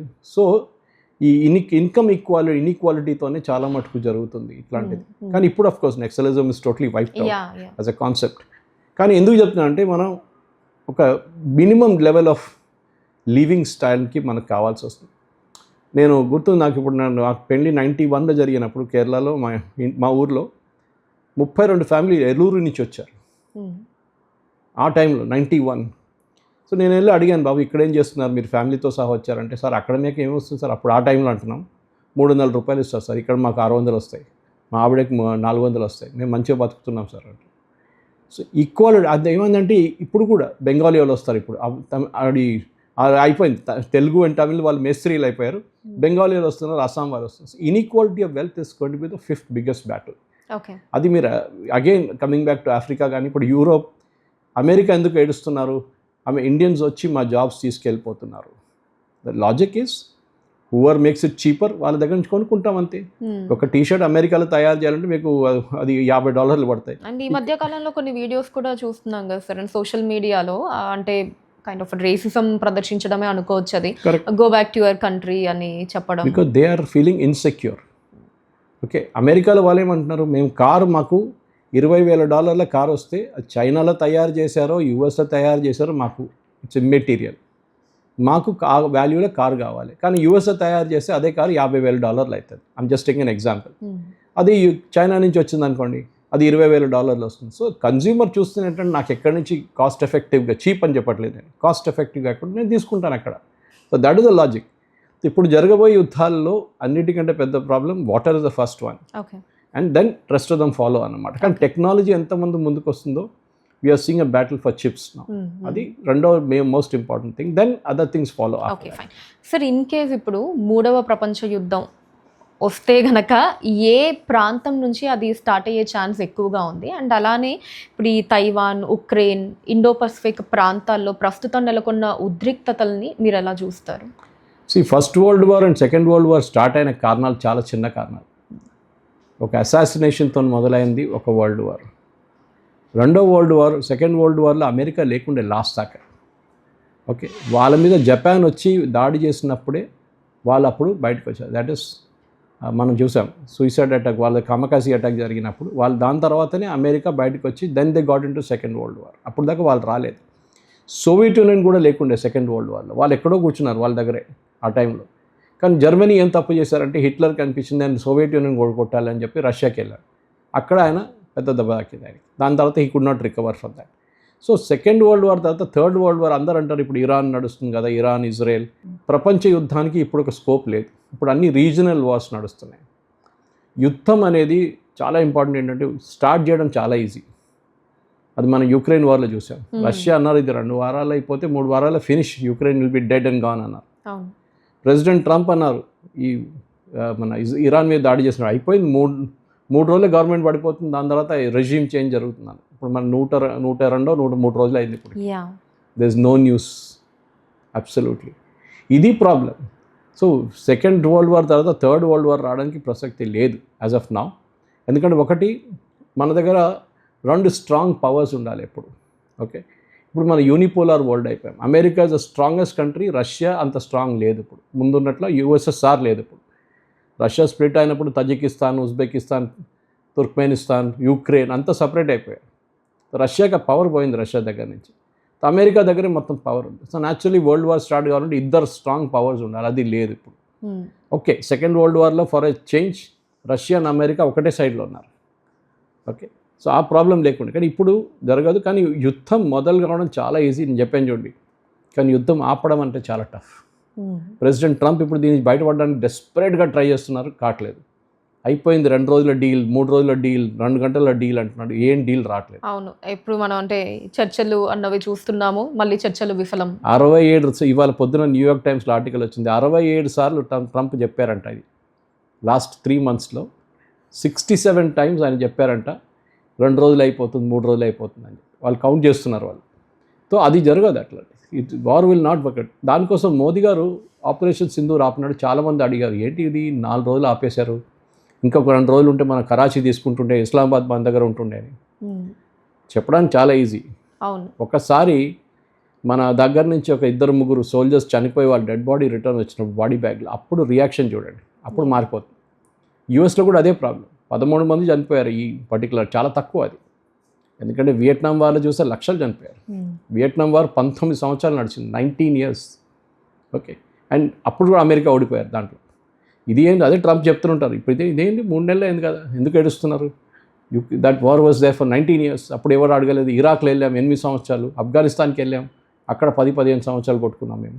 This is nothing. సో ఇప్పుడున్న పరిస్థితుల్లో ఒకటి థర్డ్ వరల్డ్ వార్ పాసిబిలిటీ లేదు, బట్ రీజనల్ వార్స్ బ్రేక్అవుట్ అవుతుంది. కానీ ఆ యుద్ధం ఆపడానికి ఎప్పుడు అని తెలియాలి మీకు. Otherwise it will be never ending war. Ukraine అదే జరుగుతుంది. ఇవాళ రష్యా మిసైల్ కొడుతున్నారు, వాళ్ళు రేపు మళ్ళీ ఇక్కడ కొడుతున్నారు. 4 సంవత్సరాలు నో సొల్యూషన్. ఇజ్రాయెల్ గాజా మీద దాడి చేశారు, అయిపోయింది అనుకున్నారు, ఇప్పుడు హమాస్ అక్కడే ఉన్నారు. ఇజ్రాయెల్ హెజ్బుల్లా మీద దాడి చేశారు, హెజ్బుల్లా ఇజ్రాయెల్ మీద దాడి చేశారు. ఆ యుద్ధం ఇంకా నడుస్తుంది. 42 సంవత్సరాలు అయింది ఆ యుద్ధం. It is not stopped. యుద్ధం అంటే technically it is the war. Okay, ఒకవైపు టెర్రరిస్ట్ గ్రూప్, ఒకవైపు ఇజ్రాయెల్. ఇక్కడ టెర్రరిస్ట్ గ్రూప్, ఇక్కడ ఇజ్రాయెల్. ఇది నడుస్తూనే ఉంది. Same thing is going on. So మనకి పాకిస్తాన్తో జరిగేటప్పుడు అది యుద్ధం అనే ఈక్వల్ ఫుటింగ్ ఉంటుంది. అది ఒకవైపు టెర్రరిస్ట్ గ్రూప్ కాదు, మనకున్నది హెజ్బుల్లా. మనం ఇప్పుడు చూసాం ఇరాన్ ప్రాబ్లం ఏంటి, వాళ్ళ ప్రాక్సీస్ ఉంటారు వాళ్ళు. ఒకవైపు హూతీలు, ఒకవైపు ఇక్కడ గాజాలో హమాస్, ఇంకోవైపు హెజ్బుల్లా. మనకు ప్రాబ్లం పాకిస్తాన్ వైపు. సో యుద్ధం అనేది ఒక కాన్సెప్ట్ మీద నడుస్తుంది. అది ఇప్పుడు జరగదు. Third world war, second world war was also mistake. అది ఎప్పుడూ ఆపేసేయాలండి. హిట్లర్ని అడ్డుకోలేకపోయింది, దానికోసం ప్రాబ్లం వచ్చింది. సో థర్డ్ వరల్డ్ వార్ రాదు అంటారు? Yes, it not possible technically. ఎందుకంటే యుద్ధాలు ఉంటాయి, యుద్ధం ఉండదని చెప్పట్లేదు. ఇప్పుడే నడుస్తున్నాయి కదా 3 యుద్ధాలు 4 యుద్ధాలు నడుస్తున్నాయి. వరల్డ్ వార్ ఉండదు, వరల్డ్ వార్ ఉండదు, రీజనల్ వార్స్ ఉంటుంది. సరే, గతంలో అణుబాంబుల్ని అన్నిటికంటే ప్రమాదకరమైన ముప్పుగా భావించేవాళ్ళు. బట్ ప్రజెంట్ చూసుకుంటే ఏఐ కావచ్చు, బయో ఇంజనీరింగ్, ఆటోనామస్, సో ఇలాంటి కొత్త వెపన్స్ అన్నీ కూడా వచ్చేసాయి. సో ఫ్యూచర్లో ఏది అన్నిటికంటే ముప్పు అని మీరు అనుకుంటున్నారు సార్? మన దీంట్లో మాట్లాడుకుంటే ఇప్పుడు పాత యుద్ధం ఎట్లా ఉండే అంటే, మనకు బాహుబలి సినిమాలాగా ఉంటుండే. 10,000 మంది పరుగుతారు అటువైపు, 10,000 మంది అక్కడి నుంచి ఇక్కడికి వస్తారు. Second world war trench warfare చూసాం మనం. దాని తర్వాత మనం 1971 బంగ్లాదేశ్ యుద్ధం చూసాం మనం. వియట్నాం వార్ గురించి మాట్లాడాం, that was a pure guerrilla warfare. కానీ ఇప్పుడు నడుస్తున్న యుద్ధాలు ఏంటంటే, మీరు రష్యా యుక్రెయిన్ వార్లో ఇక్కడి నుంచి 4,000 మంది అక్కడికి వెళ్ళడము, ఒక 30 ట్యాంకులు అక్కడికి వెళ్ళడం, ఏం జరగట్లేదు. ఇప్పుడు ఎవరో ఎక్కడో ఒక రూమ్లో కూర్చొని ఒక బటన్ ప్రెస్ చేస్తున్నారు, ఒక 10 డ్రోన్లు ఒకటే సరిపోతుంది. ఓకే, మనం ఇరాన్ వైపు కూడా చూస్తున్నాం. మళ్ళీ ట్రంప్ ఏమంటారు, అయిపోయింది Iran, they is nothing, they have no navy, they have no air force, they have no army అంటారు. మళ్ళీ నిన్న కొట్టారు, వాళ్ళ అపాచీ హెలికాప్టర్ని కొట్టారు. సో ఇప్పుడేమైపోయింది, అసిమెట్రిక్ వార్ఫేర్ అంటారు దీన్ని. అంటే ఇరాన్ లాంచ్ చేసే ఒక డ్రోన్ $20,000 కాస్ట్ ఉంటుంది. దానికి అడ్డుకోవడానికి యూఎస్ యూజ్ చేస్తున్న మిసైల్, పేట్రియట్ కానీ మిగతా అయిన మిసైల్, అది $1,00,000. ఓకే, ఆలోచించండి, $20,000 వస్తున్న ఒక డ్రోన్ని ఆపడానికి $1,00,000 ఒక మిసైల్ యూజ్ చేస్తున్నారు మీరు. ఇది ప్రాబ్లం టుడే. ఇప్పుడున్న యుద్ధాల్లో చాలా మట్టుకు టెక్నాలజీ వాడుకుంటాం. అది యుక్రెయిన్ రష్యా వార్లోనే మొదలైంది. అది ఫస్ట్ ఈ డ్రోన్ వార్ఫేర్ అని అక్కడి నుంచి స్టార్ట్ అయింది. దానికన్నా ముందు ఆఫ్ఘనిస్తాన్లో జరిగిన యుద్ధంలో అది ఎప్పుడు కనిపించలేదు మనకు ఎక్కువ. దానికన్నా ముందు యుద్ధాలు కూడా మిసైల్స్ ఉంటుంది, కానీ డ్రోన్ వార్ఫేర్ ఇప్పుడు ఎట్లయిపోయిందంటే, మీ దగ్గర పెద్ద మీకు ఎయిర్క్రాఫ్ట్ అక్కర్లేదు, ఏదో 40 ఎయిర్క్రాఫ్ట్లు 50 కావాలి. ఇప్పుడు ఇజ్రాయెల్ యూజ్ చేస్తారు చాలా మటుకు, ఎందుకంటే వాళ్ళు చాలా లాంగ్ డిస్టెన్స్ వాళ్ళకి, వాళ్ళు డ్రోన్ పంపించలేరు వాళ్ళు ఇరాన్ వైపు. సో వాళ్ళు they use aircraft, regular F-35 use చేస్తారు వాళ్ళు. కానీ మన దగ్గర ఉన్న ఇప్పుడున్న టెక్నాలజీ, మన కూడా కాలేజ్ ఆఫ్ డిఫెన్స్ మేనేజ్మెంట్ అని చెప్పి మన ఇండియన్ ఆర్మీది పెద్ద డిఫెన్స్ కాలేజ్ ఉంది యాప్రాల్లో. వాళ్ళందరూ మేజర్లు ఆ లెవెల్లో, కర్నల్ వాళ్ళ లెవెల్లో ట్రైనింగ్ ఇస్తారు వాళ్ళు రెగ్యులర్గా, including air force and navy also equivalent ర్యాంక్లో. అక్కడ వాళ్ళు ఒక ప్రోగ్రామ్కి వస్తున్నట్టు నేను మాట్లాడాను. అక్కడ కూడా టెక్నాలజీ గురించి technology in warfare. Okay, recently నేను ఒక పీస్ రాశాను దాని గురించి నా ఫేస్బుక్లో. ఇప్పుడు ఎట్లయిపోయిందంటే, డ్రోన్ వార్ఫేర్, మిసైల్ వార్ఫేర్, మీరు చెప్పారు బయో వార్ఫేర్, కానీ bio warfare is highly restricted, ఎందుకంటే దాని డ్యామేజ్ చాలా సివియర్ ఉంటుంది. సో యునైటెడ్ నేషన్స్ కూడా దాన్ని బ్యాన్ చేశారు. అది వరల్డ్ వైడ్ చాలామంది వాడరు. కొంతమంది ట్రై చేశారు, సద్దాం హుసేన్ ట్రై చేశారు ఒకసారి వాళ్ళ ప్రజల వ్యతిరేకంగానే. ఈవెన్ లిబియాలో ముమ్మర్ గద్దాఫీ ట్రై చేశారు. ఓకే, కానీ వాళ్ళు యూజ్ చేయలేకపోయారు ఎక్కువ రోజులు. కానీ క్లస్టర్ అమ్యునిషన్స్ ఉంటుంది, చాలా మటుకు అట్లాంటి వెపన్స్ ఉంటుంది. కానీ ఇప్పుడున్న టెక్నాలజీ ఏంటంటే, మీరు హ్యూమన్ మ్యాన్ పవర్ని మూవ్ చేయక్కర్లేదు. మీరు టెక్నాలజీతో సహా మీరు చూసుంటారు, రష్యా మీద యుక్రెయిన్ ఒక 6 నెలల ముందు ఒక ఫెంటాస్టిక్ దాడి చేశారు. ఇప్పుడు దాకా లోకంలో ఎక్కడ చూడలేదు. ఏం చేశారు, ఒక పెద్ద ట్రక్లో వాళ్ళు ఒక 50 నుంచి 60 డ్రోన్లు పెట్టేసి వాళ్ళు రష్యన్ లోపల పంపించారు. 3000 కిలోమీటర్ పోయింది ఆ ట్రక్, ఎవరు డిటెక్ట్ చేయకుండా. ఎవరో బయట నుంచి చెక్ చేస్తే అది నార్మల్ ట్రక్ అనుకున్నారు. తర్వాత రష్యాది న్యూక్లియర్ కమాండ్ బేస్ ఒకటి ఉంది, న్యూక్లియర్ బాంబులు వేసే ఎయిర్క్రాఫ్ట్ ఉంటుంది. ఆ బేస్ దగ్గర వెళ్ళి వాళ్ళు ఈ డ్రోన్స్ రిలీజ్ చేశారు. చాలా పెద్ద డ్యామేజ్ జరిగింది అక్కడ ఉన్న ఎయిర్క్రాఫ్ట్ మీద. ఒక్కొక్క ఎయిర్క్రాఫ్ట్ చాలా విలువ దాన్ని, ఓకే, $100-200 మిలియన్ కాస్ట్ ఒకటి. సో అది టెక్నాలజీ అనమాట. సో మనం చూస్తున్నాం ఇప్పుడు రష్యా యుక్రెయిన్ వార్లో చాలా మటుకు 1,00,000 మంది ఇక్కడ చనిపోయారు, 1,00,000 మంది అక్కడ చనిపోయారు. కానీ వీళ్ళెవ్వరూ ఫేస్ టు ఫేస్ బ్యాటిల్ చేయలేదు. సో జరుగుతుంది ఏంటంటే ఇప్పుడు టెక్నాలజీ వాడుతున్నారు. సో మనం కూడా చూస్తున్నాం, మన ఆపరేషన్ సింధూర్లో చాలా మటుకు మనం అది వాడాం. అది ఓకే, బ్రహ్మోస్ వాడాం మనం, that is to attack Pakistan. కానీ పాకిస్తాన్ నుంచి వస్తున్న మిసైల్ మనం అడ్డుకోవడానికి మన దగ్గర యాంటీ ఎయిర్క్రాఫ్ట్ గన్ నుంచి ఆకాశ్ నుంచి చాలా మటుకు మనం మిసైల్స్ వాడుకున్నాం దాన్ని అడ్డుకోవడం. ఒక మిసైల్ అడ్డుకోవడానికి ఇంకో మిసైల్ పంపించాలన్నమాట. You have to do that, simple అవుతుంది. ఇజ్రాయెల్ చూడండి, వాళ్ళు ఐరన్ డోమ్ అనే ఒక కాన్సెప్ట్ ఉంది వాళ్ళ దగ్గర. ఐరన్ డోమ్ అంటే బేసిక్లీ 90 కిలోమీటర్ లోపల దాకా వచ్చే మిసైల్స్ని ఆపుతుంది అది, ఐరన్ డోమ్. దాని తర్వాత డేవిడ్ స్లింగ్ అని చెప్పి వాళ్ళకి ఇంకొక లేయర్ ఉంది, అది 200-250 కిలోమీటర్ దూరం నుంచి వస్తున్న మిసైల్ని కడుతుంది. దాని తర్వాత ఇంకొక షీల్డ్ ఉంది, వాళ్ళకి 3 షీల్డ్లు ఉన్నాయి అన్నమాట. ఓకే, ఈ 3 షీల్డ్లతోనే వాళ్ళు ఆపరేట్ చేస్తున్నారు. యూఎస్ దగ్గర కూడా లేదు ఇది. ఇప్పుడు ప్రెసిడెంట్ ట్రంప్ ఏమో గోల్డెన్ డోమ్ గురించి మాట్లాడుతున్నారు. అంటే మూమెంట్ ఇరాన్ ఒక మిసైల్ లాంచ్ చేయగానే ఇజ్రాయెల్లో యాక్టివేట్ అయిపోతుంది, రాడార్ పికప్ చేస్తుంది దాన్ని. ఓకే, రాడార్ పికప్ చేసే దాన్ని అడ్డుకోవడానికి వెయిట్ చేస్తారు ఫస్ట్, ఈ మిసైల్ ఎక్కడ పోతుంది చూద్దామని చెప్పేసి. అదొక డెజర్ట్ వైపు వెళ్ళిపోయింది అనుకోండి, పోనీలే ఇడిసేస్తారు. ఎందుకంటే ఒక్కొక్క మిసైల్కి కాస్ట్ ఉంటుంది పంపించడానికి, మళ్ళీ అడ్డుకోవడానికి. కొన్ని దాన్ని వాళ్ళు పోనిస్తారు అట్లనే, లేకుంటే సీల్ వెళ్ళి పడిపోతుంది అది. Okay, no problem. కానీ వస్తున్న మిసైల్ని పాపులేషన్ ఏరియాకి వస్తున్నప్పుడు అడ్డుకుంటారు. సో టెక్నాలజీ ఇప్పుడు ఎట్లా అయిపోయిందంటే మన ప్రజల్ని మనం కాపాడేది. మనం చూసాం సిర్సా దగ్గర, హర్యానా దగ్గర పాకిస్తాన్ ఒక మిసైల్ కొట్టారు ఢిల్లీ వైపు, చాలా మంచి మిసైల్, పెద్ద మిసైల్ కొట్టారు అది. అండ్ అది సిర్సా దగ్గర మనం ఇంటర్సెప్ట్ చేసుకున్నాం దాన్ని, మన యాంటీ మిసైల్ కొట్టేసి మనం దాన్ని కింద పడేసి, పెద్ద ఇట్స్ హ్యూజ్ మిసైల్, టీవీలంతా వచ్చింది చాలా మటుకు. సో టుడే ఇవాళ టెక్నాలజీ వాడుకుంటున్నాం యుద్ధంలో. మనుషులు కావాలా, ఎస్ కావాలి ఎప్పుడు కూడా. కానీ పాత సిస్టమ్ లాగా ఒక 50 ట్యాంకులు, 2,000 మంది సోల్జర్స్ పరిగెత్తడం అక్కడ లేదు. మనం ఆపరేషన్ సింధూర్లో చాలా క్లాసిక్గా చూపించాం. మన ఎయిర్క్రాఫ్ట్ మన దగ్గర ఉన్న రఫేల్ బార్డర్ క్రాస్ చేయలేదు, క్రాస్ చేయకుండానే ఫైర్ చేశారు. ఏం చేశారు, బార్డర్ దగ్గర వెళ్ళి అక్కడ నుంచి కోఆర్డినేట్స్ పెట్టేసి మిసైల్ది, దానిలో ఒక రాడార్ ఉంటుంది, అది అప్నే ఆప్ వెళ్ళిపోతుంది, అంతే వెళ్ళి కొట్టేస్తుంది. ఆ టార్గెట్ మూవ్ అయింది అనుకోండి, ఒక వెహికల్ మీద మీరు కొట్టడానికి ట్రై చేస్తున్నారు, ఎవరో టెర్రరిస్ట్ లీడర్ దాంట్లో కూర్చున్నాడు, వాడు 10 కిలోమీటర్ దూరం వెళ్ళగానే అది 10 కిలోమీటర్ దాన్ని ఎంటపోతాం మళ్ళీ. అది సూసైడ్. మన హైదరాబాద్లో 2 కంపెనీలు తయారు చేశారు. ఒకటి కంపెనీ అయితే చాలా ఫేమస్ అయిపోయారు వాళ్ళు. సో వాళ్ళు these are called suicide drones. వాళ్ళ పని ఏం లేదు, లాయిటరింగ్ మ్యూనిషన్స్ అంటారు దీన్ని. అది తిరుగుతూనే ఉంటుంది పైన కొంతసేపు, తర్వాత అది ఐడెంటిఫై చేస్తుంది, ఇక్కడ ఉందరా ఈ ప్రాజెక్ట్, ఇదే కరెక్ట్, నా కోఆర్డినేట్స్ ఇది ఇచ్చారు, ఫోటో కూడా మ్యాచ్ అవుతుంది, this is the latitude longitude అని చెప్పి వెళ్ళి కొట్టేస్తారు. దాని లోపల ఉన్నారు, అందరు పోతారు. And we saw that operation సింధూర్లో. ఈవెన్ సర్గోడా బేస్ మీద కొట్టాం మన ఎయిర్ ఫోర్స్, మన కిరాణా హిల్స్ మీద కొట్టాం మనం, అక్కడ మిసైల్స్ యూజ్ చేసాం మనం చాలా మటుకు. కానీ ఈ టెక్నాలజీ, ఇప్పుడున్న టెక్నాలజీ చాలా మటుకు ఇప్పుడు ముందట్లాగా కాదు. ఇప్పుడు the world has totally changed. Modern warfare అనేది ఇప్పుడు పాత సిస్టమ్ లాగా కాదు, ఒక 30-40 సంవత్సరాల ముందున కాదు, ఈవెన్ 5-10 సంవత్సరాల ముందున కాదు.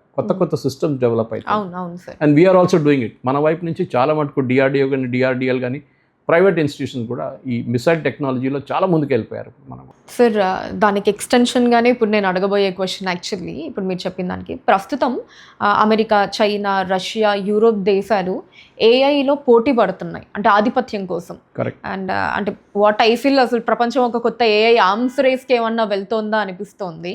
సో దీంట్లో మన ఇండియా స్థానం ఎక్కడ అంటారు? ఏఐ అనేది ఒక హెడ్ స్టార్ట్ అమెరికాకి వచ్చింది, దాని డౌట్ లేదు. ఎందుకంటే ఒకటి, వాళ్ళ దగ్గర ఉన్న డబ్బులు ఇన్వెస్ట్ చేయడానికి అది విపరీతంగా ఇన్వెస్ట్ చేస్తారు. చాలామంది అడుగుతారు, ఇది ఈజ్ ఇట్ ఏ బబుల్ లాగా అడుగుతున్నారు, మనం Y2K బూమ్ లాగా అది ఎక్కడైనా ఎక్స్ప్లోడ్ అవుతుందా రేపు అని చెప్పేసి. ఎందుకంటే లోకంలో ఇప్పుడు అన్నిటికంటే మోస్ట్ ఎక్స్పెన్సివ్ కంపెనీస్ అంటే స్టాక్ మార్కెట్ వాల్యుయేషన్లో ఒకటి ఎన్విడియా లాగా కంపెనీ ఉంటారు, ఏఐ వాళ్ళ కంపెనీ, ఓపెన్ ఏఐ వాళ్ళు ఉంటారు, జెమినై వాళ్ళు ఉంటారు. ఇది చాలా మటుకు కంపెనీలు, వాళ్ళు మేజర్ కంపెనీస్ వాళ్ళు ఇన్వెస్ట్ చేస్తున్నారు. మైక్రోసాఫ్ట్ వాళ్ళు జెమినైలో ఇన్వెస్ట్ చేస్తారు. అట్లా చాలా కంపెనీస్ ఉన్నాయి మన దగ్గర ఇప్పుడు. కానీ భారతదేశం ఎక్కడుందంటే yes, we are also catching up, దాంట్లో డౌట్ లేదు. కానీ ఏఐ అనేది ఏంటి, దట్స్ నేను ఒక సంవత్సరం ముందు ఐఐటీలో కోర్స్కి వెళ్ళాను, ఐఐటీ హైదరాబాద్లో కండిల్లో, దీని మీదే. అప్పుడు ఏ అంత ఫ్యాషన్గా లేకుండా, కానీ ఏంటని చేసుకున్నాను. And I was the oldest in the class. అందరు 21, 22, 23 years old యంగ్స్టర్స్ ఉన్నారు, నేను ఒకరే ఓల్డర్ ఫిల్. కానీ ఇంట్రెస్టింగ్ ఉండే ఆ టైంలో వాళ్ళ professors. Just like that enthusiasm. Because I want to learn what is AI. ఎందుకంటే ఇప్పుడు ఏఐ అనగానే అందరూ ఏదో అది పెద్ద డినోసర్ లాగా వస్తుందో లేకుంటే పెద్ద పులిలాగా వస్తుందో అని ఒక భయం ఉంది. Nothing, it is basically human intelligence capture చేయడానికి ట్రై చేస్తున్నారు. ముందు నాకు గుర్తుంది, ఒక స్టోరీ రాయాలంటే మా దాంట్లో న్యూస్ పేపర్లో పనిచేస్తున్నాం, I work for 18 years in times of India. ఒక స్టోరీ రాయాలంటే మనం కూర్చొని కష్టపడి అది గంట 2 గంటలు 3 గంటలు సేపు రాస్తేనే కొంచెం 500 words స్టోరీ వస్తుంది.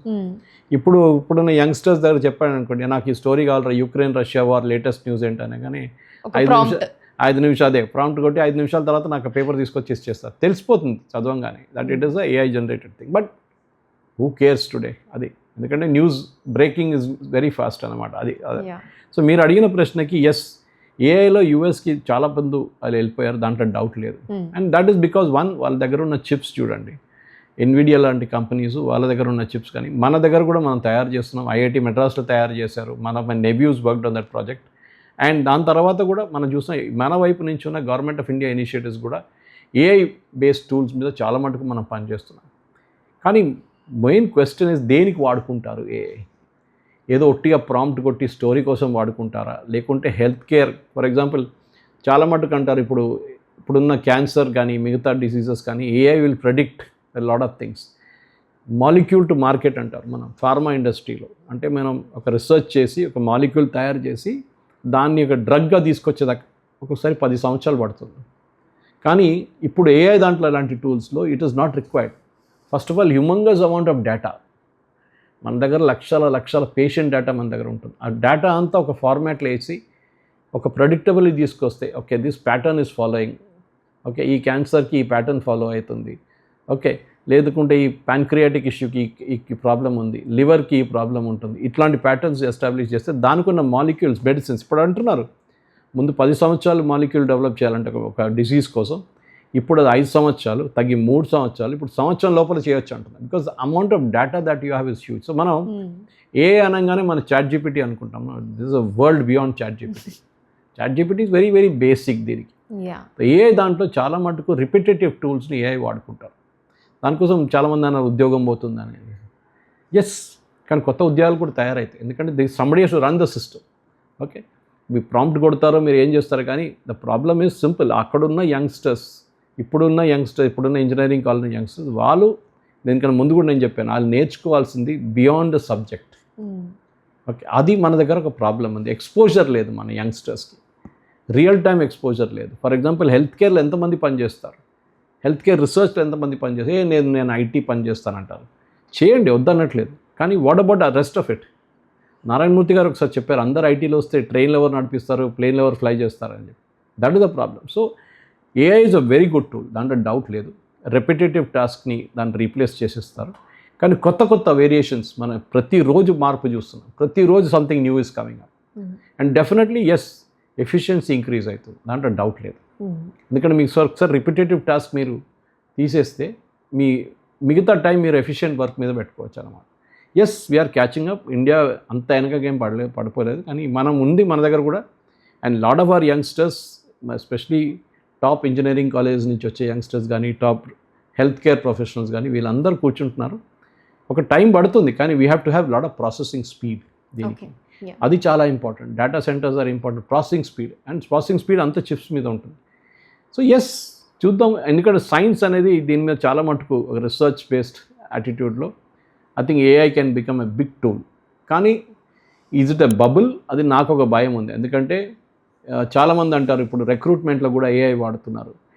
మీరు 3000 రెజ్యూమేలు చెక్ చేయక్కర్లేదు. You can set a parameter and it will tell you which are the best candidates. But fraud, what happens to fraud, అది కూడా చూడాల్సి వస్తుంది. చాలా మటుకు ఇప్పుడున్న రీసెర్చ్ పేపర్స్ కూడా మీరు చూడండి. ముందు ఒక running joke was it will take 5 years for a PhD. ఇప్పుడు 1 సంవత్సరాల పిహెచ్డి చేయొచ్చు అని చెప్పేసి, ఎందుకంటే ఎవ్రీథింగ్ ఈజ్ అవైలబుల్ దేర్ అనమాట. కానీ అలానే ఇప్పుడు దీనివల్ల ఈ ఏఐ ఏదైతే ఉందో దీనివల్ల హెచ్ఐ ఏమైనా తగ్గిపోయే ఛాన్స్ ఉందంటారు, విచ్ ఇస్ హ్యూమన్ ఇంటెలిజెన్స్? అంటే డిపెండెన్సీ ఎక్కువైపోయి ఏఐ మీద.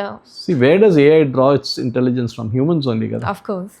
ఓకే, మీరు మనం ఓన్లీ ChatGPT చూస్తున్నాం, కానీ అని చెప్పాను చూడండి, దట్ వరల్డ్ బియాండ్ ఇట్ అనమాట. They draw from different sources. Okay, మీరు ఒక ప్రశ్న అడిగితే okay which is the best fruit to eat in summer అనగానే అది చాలా ఆప్షన్స్ తీసుకుంటుంది. అదేదో పాత ఆర్టికల్స్ నుంచి డ్రా అవుట్ చేస్తుంది. అది మీ ప్రాంప్ట్ మీద ఉంటుంది. అదే క్వాలిటీ ఆఫ్ ప్రాంప్ట్. అదే నేను IITలో ఆ రోజు నేర్చుకున్నాను. It is the quality of the prompt. In fact అన్నిటికంటే ఎక్కువ ప్రాసెసింగ్ స్పీడ్ ఆ టైంలో, ఇప్పుడు కాకపోవచ్చు, నేను 1 year ముందు వెళ్ళినప్పుడు అప్పుడు ఆ ప్రొఫెసర్ అన్నారు, ప్లీజ్ అని చెప్పి ఒక వర్డ్ ఉంటుంది ప్రాంప్ట్ చేసినప్పుడు, it draws the maximum amount of computing power అంటున్నారు. Please can you tell me which is the best fruit to eat in summer, not what is the best fruit to eat in summer. So మీ prompt మీద ఉంటుంది. Yes, మీరు అడిగిన ప్రశ్నకి human intelligence is there, అది ఎక్కడ వెళ్ళదు. అది దీన్ని తయారు చేయడానికి హ్యూమన్ ఇంటెలిజెన్స్ కావాలి కదా. For everything you need human intelligence. Chip design మీకు హ్యూమన్ ఇంటెలిజెన్స్. టుడే భారతదేశంలో chip design we're the one of the best in the world. మొన్న కూడా ఐ థింక్ అశ్విని వైష్ణవ్ ఎవరు చెప్పారు ఇది. ఈవెన్ ఎన్విడియా లాంటి కంపెనీస్లో యూఎస్లో చాలా మటుకు మన డిజైనర్స్ ఆర్ ఆల్ ఇండియన్స్ అనమాట. మేబీ వాళ్ళకి ఇక్కడ ఆపర్చునిటీ దొరకలేదు ఆ టైంలో. నౌ వీఆర్ క్యాచింగ్ అప్ ఇప్పుడు చాలా మటుకు. మన దగ్గర ఉన్న ఈవెన్ డిఫెన్స్ కంపెనీస్ DRDO కానీ DRDL వాళ్ళు కూడా వాళ్ళ మిసైల్ సిస్టమ్స్లో చాలా మటుకు చిప్స్ వాడుతున్నారు ఇప్పుడు. చెప్పండి, ఏ కార్ కూడా ఇవాళ there is nothing that runs without chip today. అదొకటి ఉంది. హ్యూమన్ ఇంటెలిజెన్స్ ఉంటుంది, మనం ఆర్టిఫిషియల్ ఇంటెలిజెన్స్ ఉంటుంది, కానీ artificial is artificial, human is human. అది మనం మర్చిపోకూడదు. సార్ 2047 నాటికి 2047 నాటికి భారత్ ఒక అభివృద్ధి చెందిన దేశంగా, ఒక సూపర్ పవర్గా ఎదగాలనే లక్ష్యం పెట్టుకుంది. సో మీ పరంగా అది ఎంతవరకు సాధ్యమంటారు? మనం ఫస్ట్ ఒక 40 years వీ లాస్ట్. లైసెన్స్ రాజ్లో పోయింది మనది.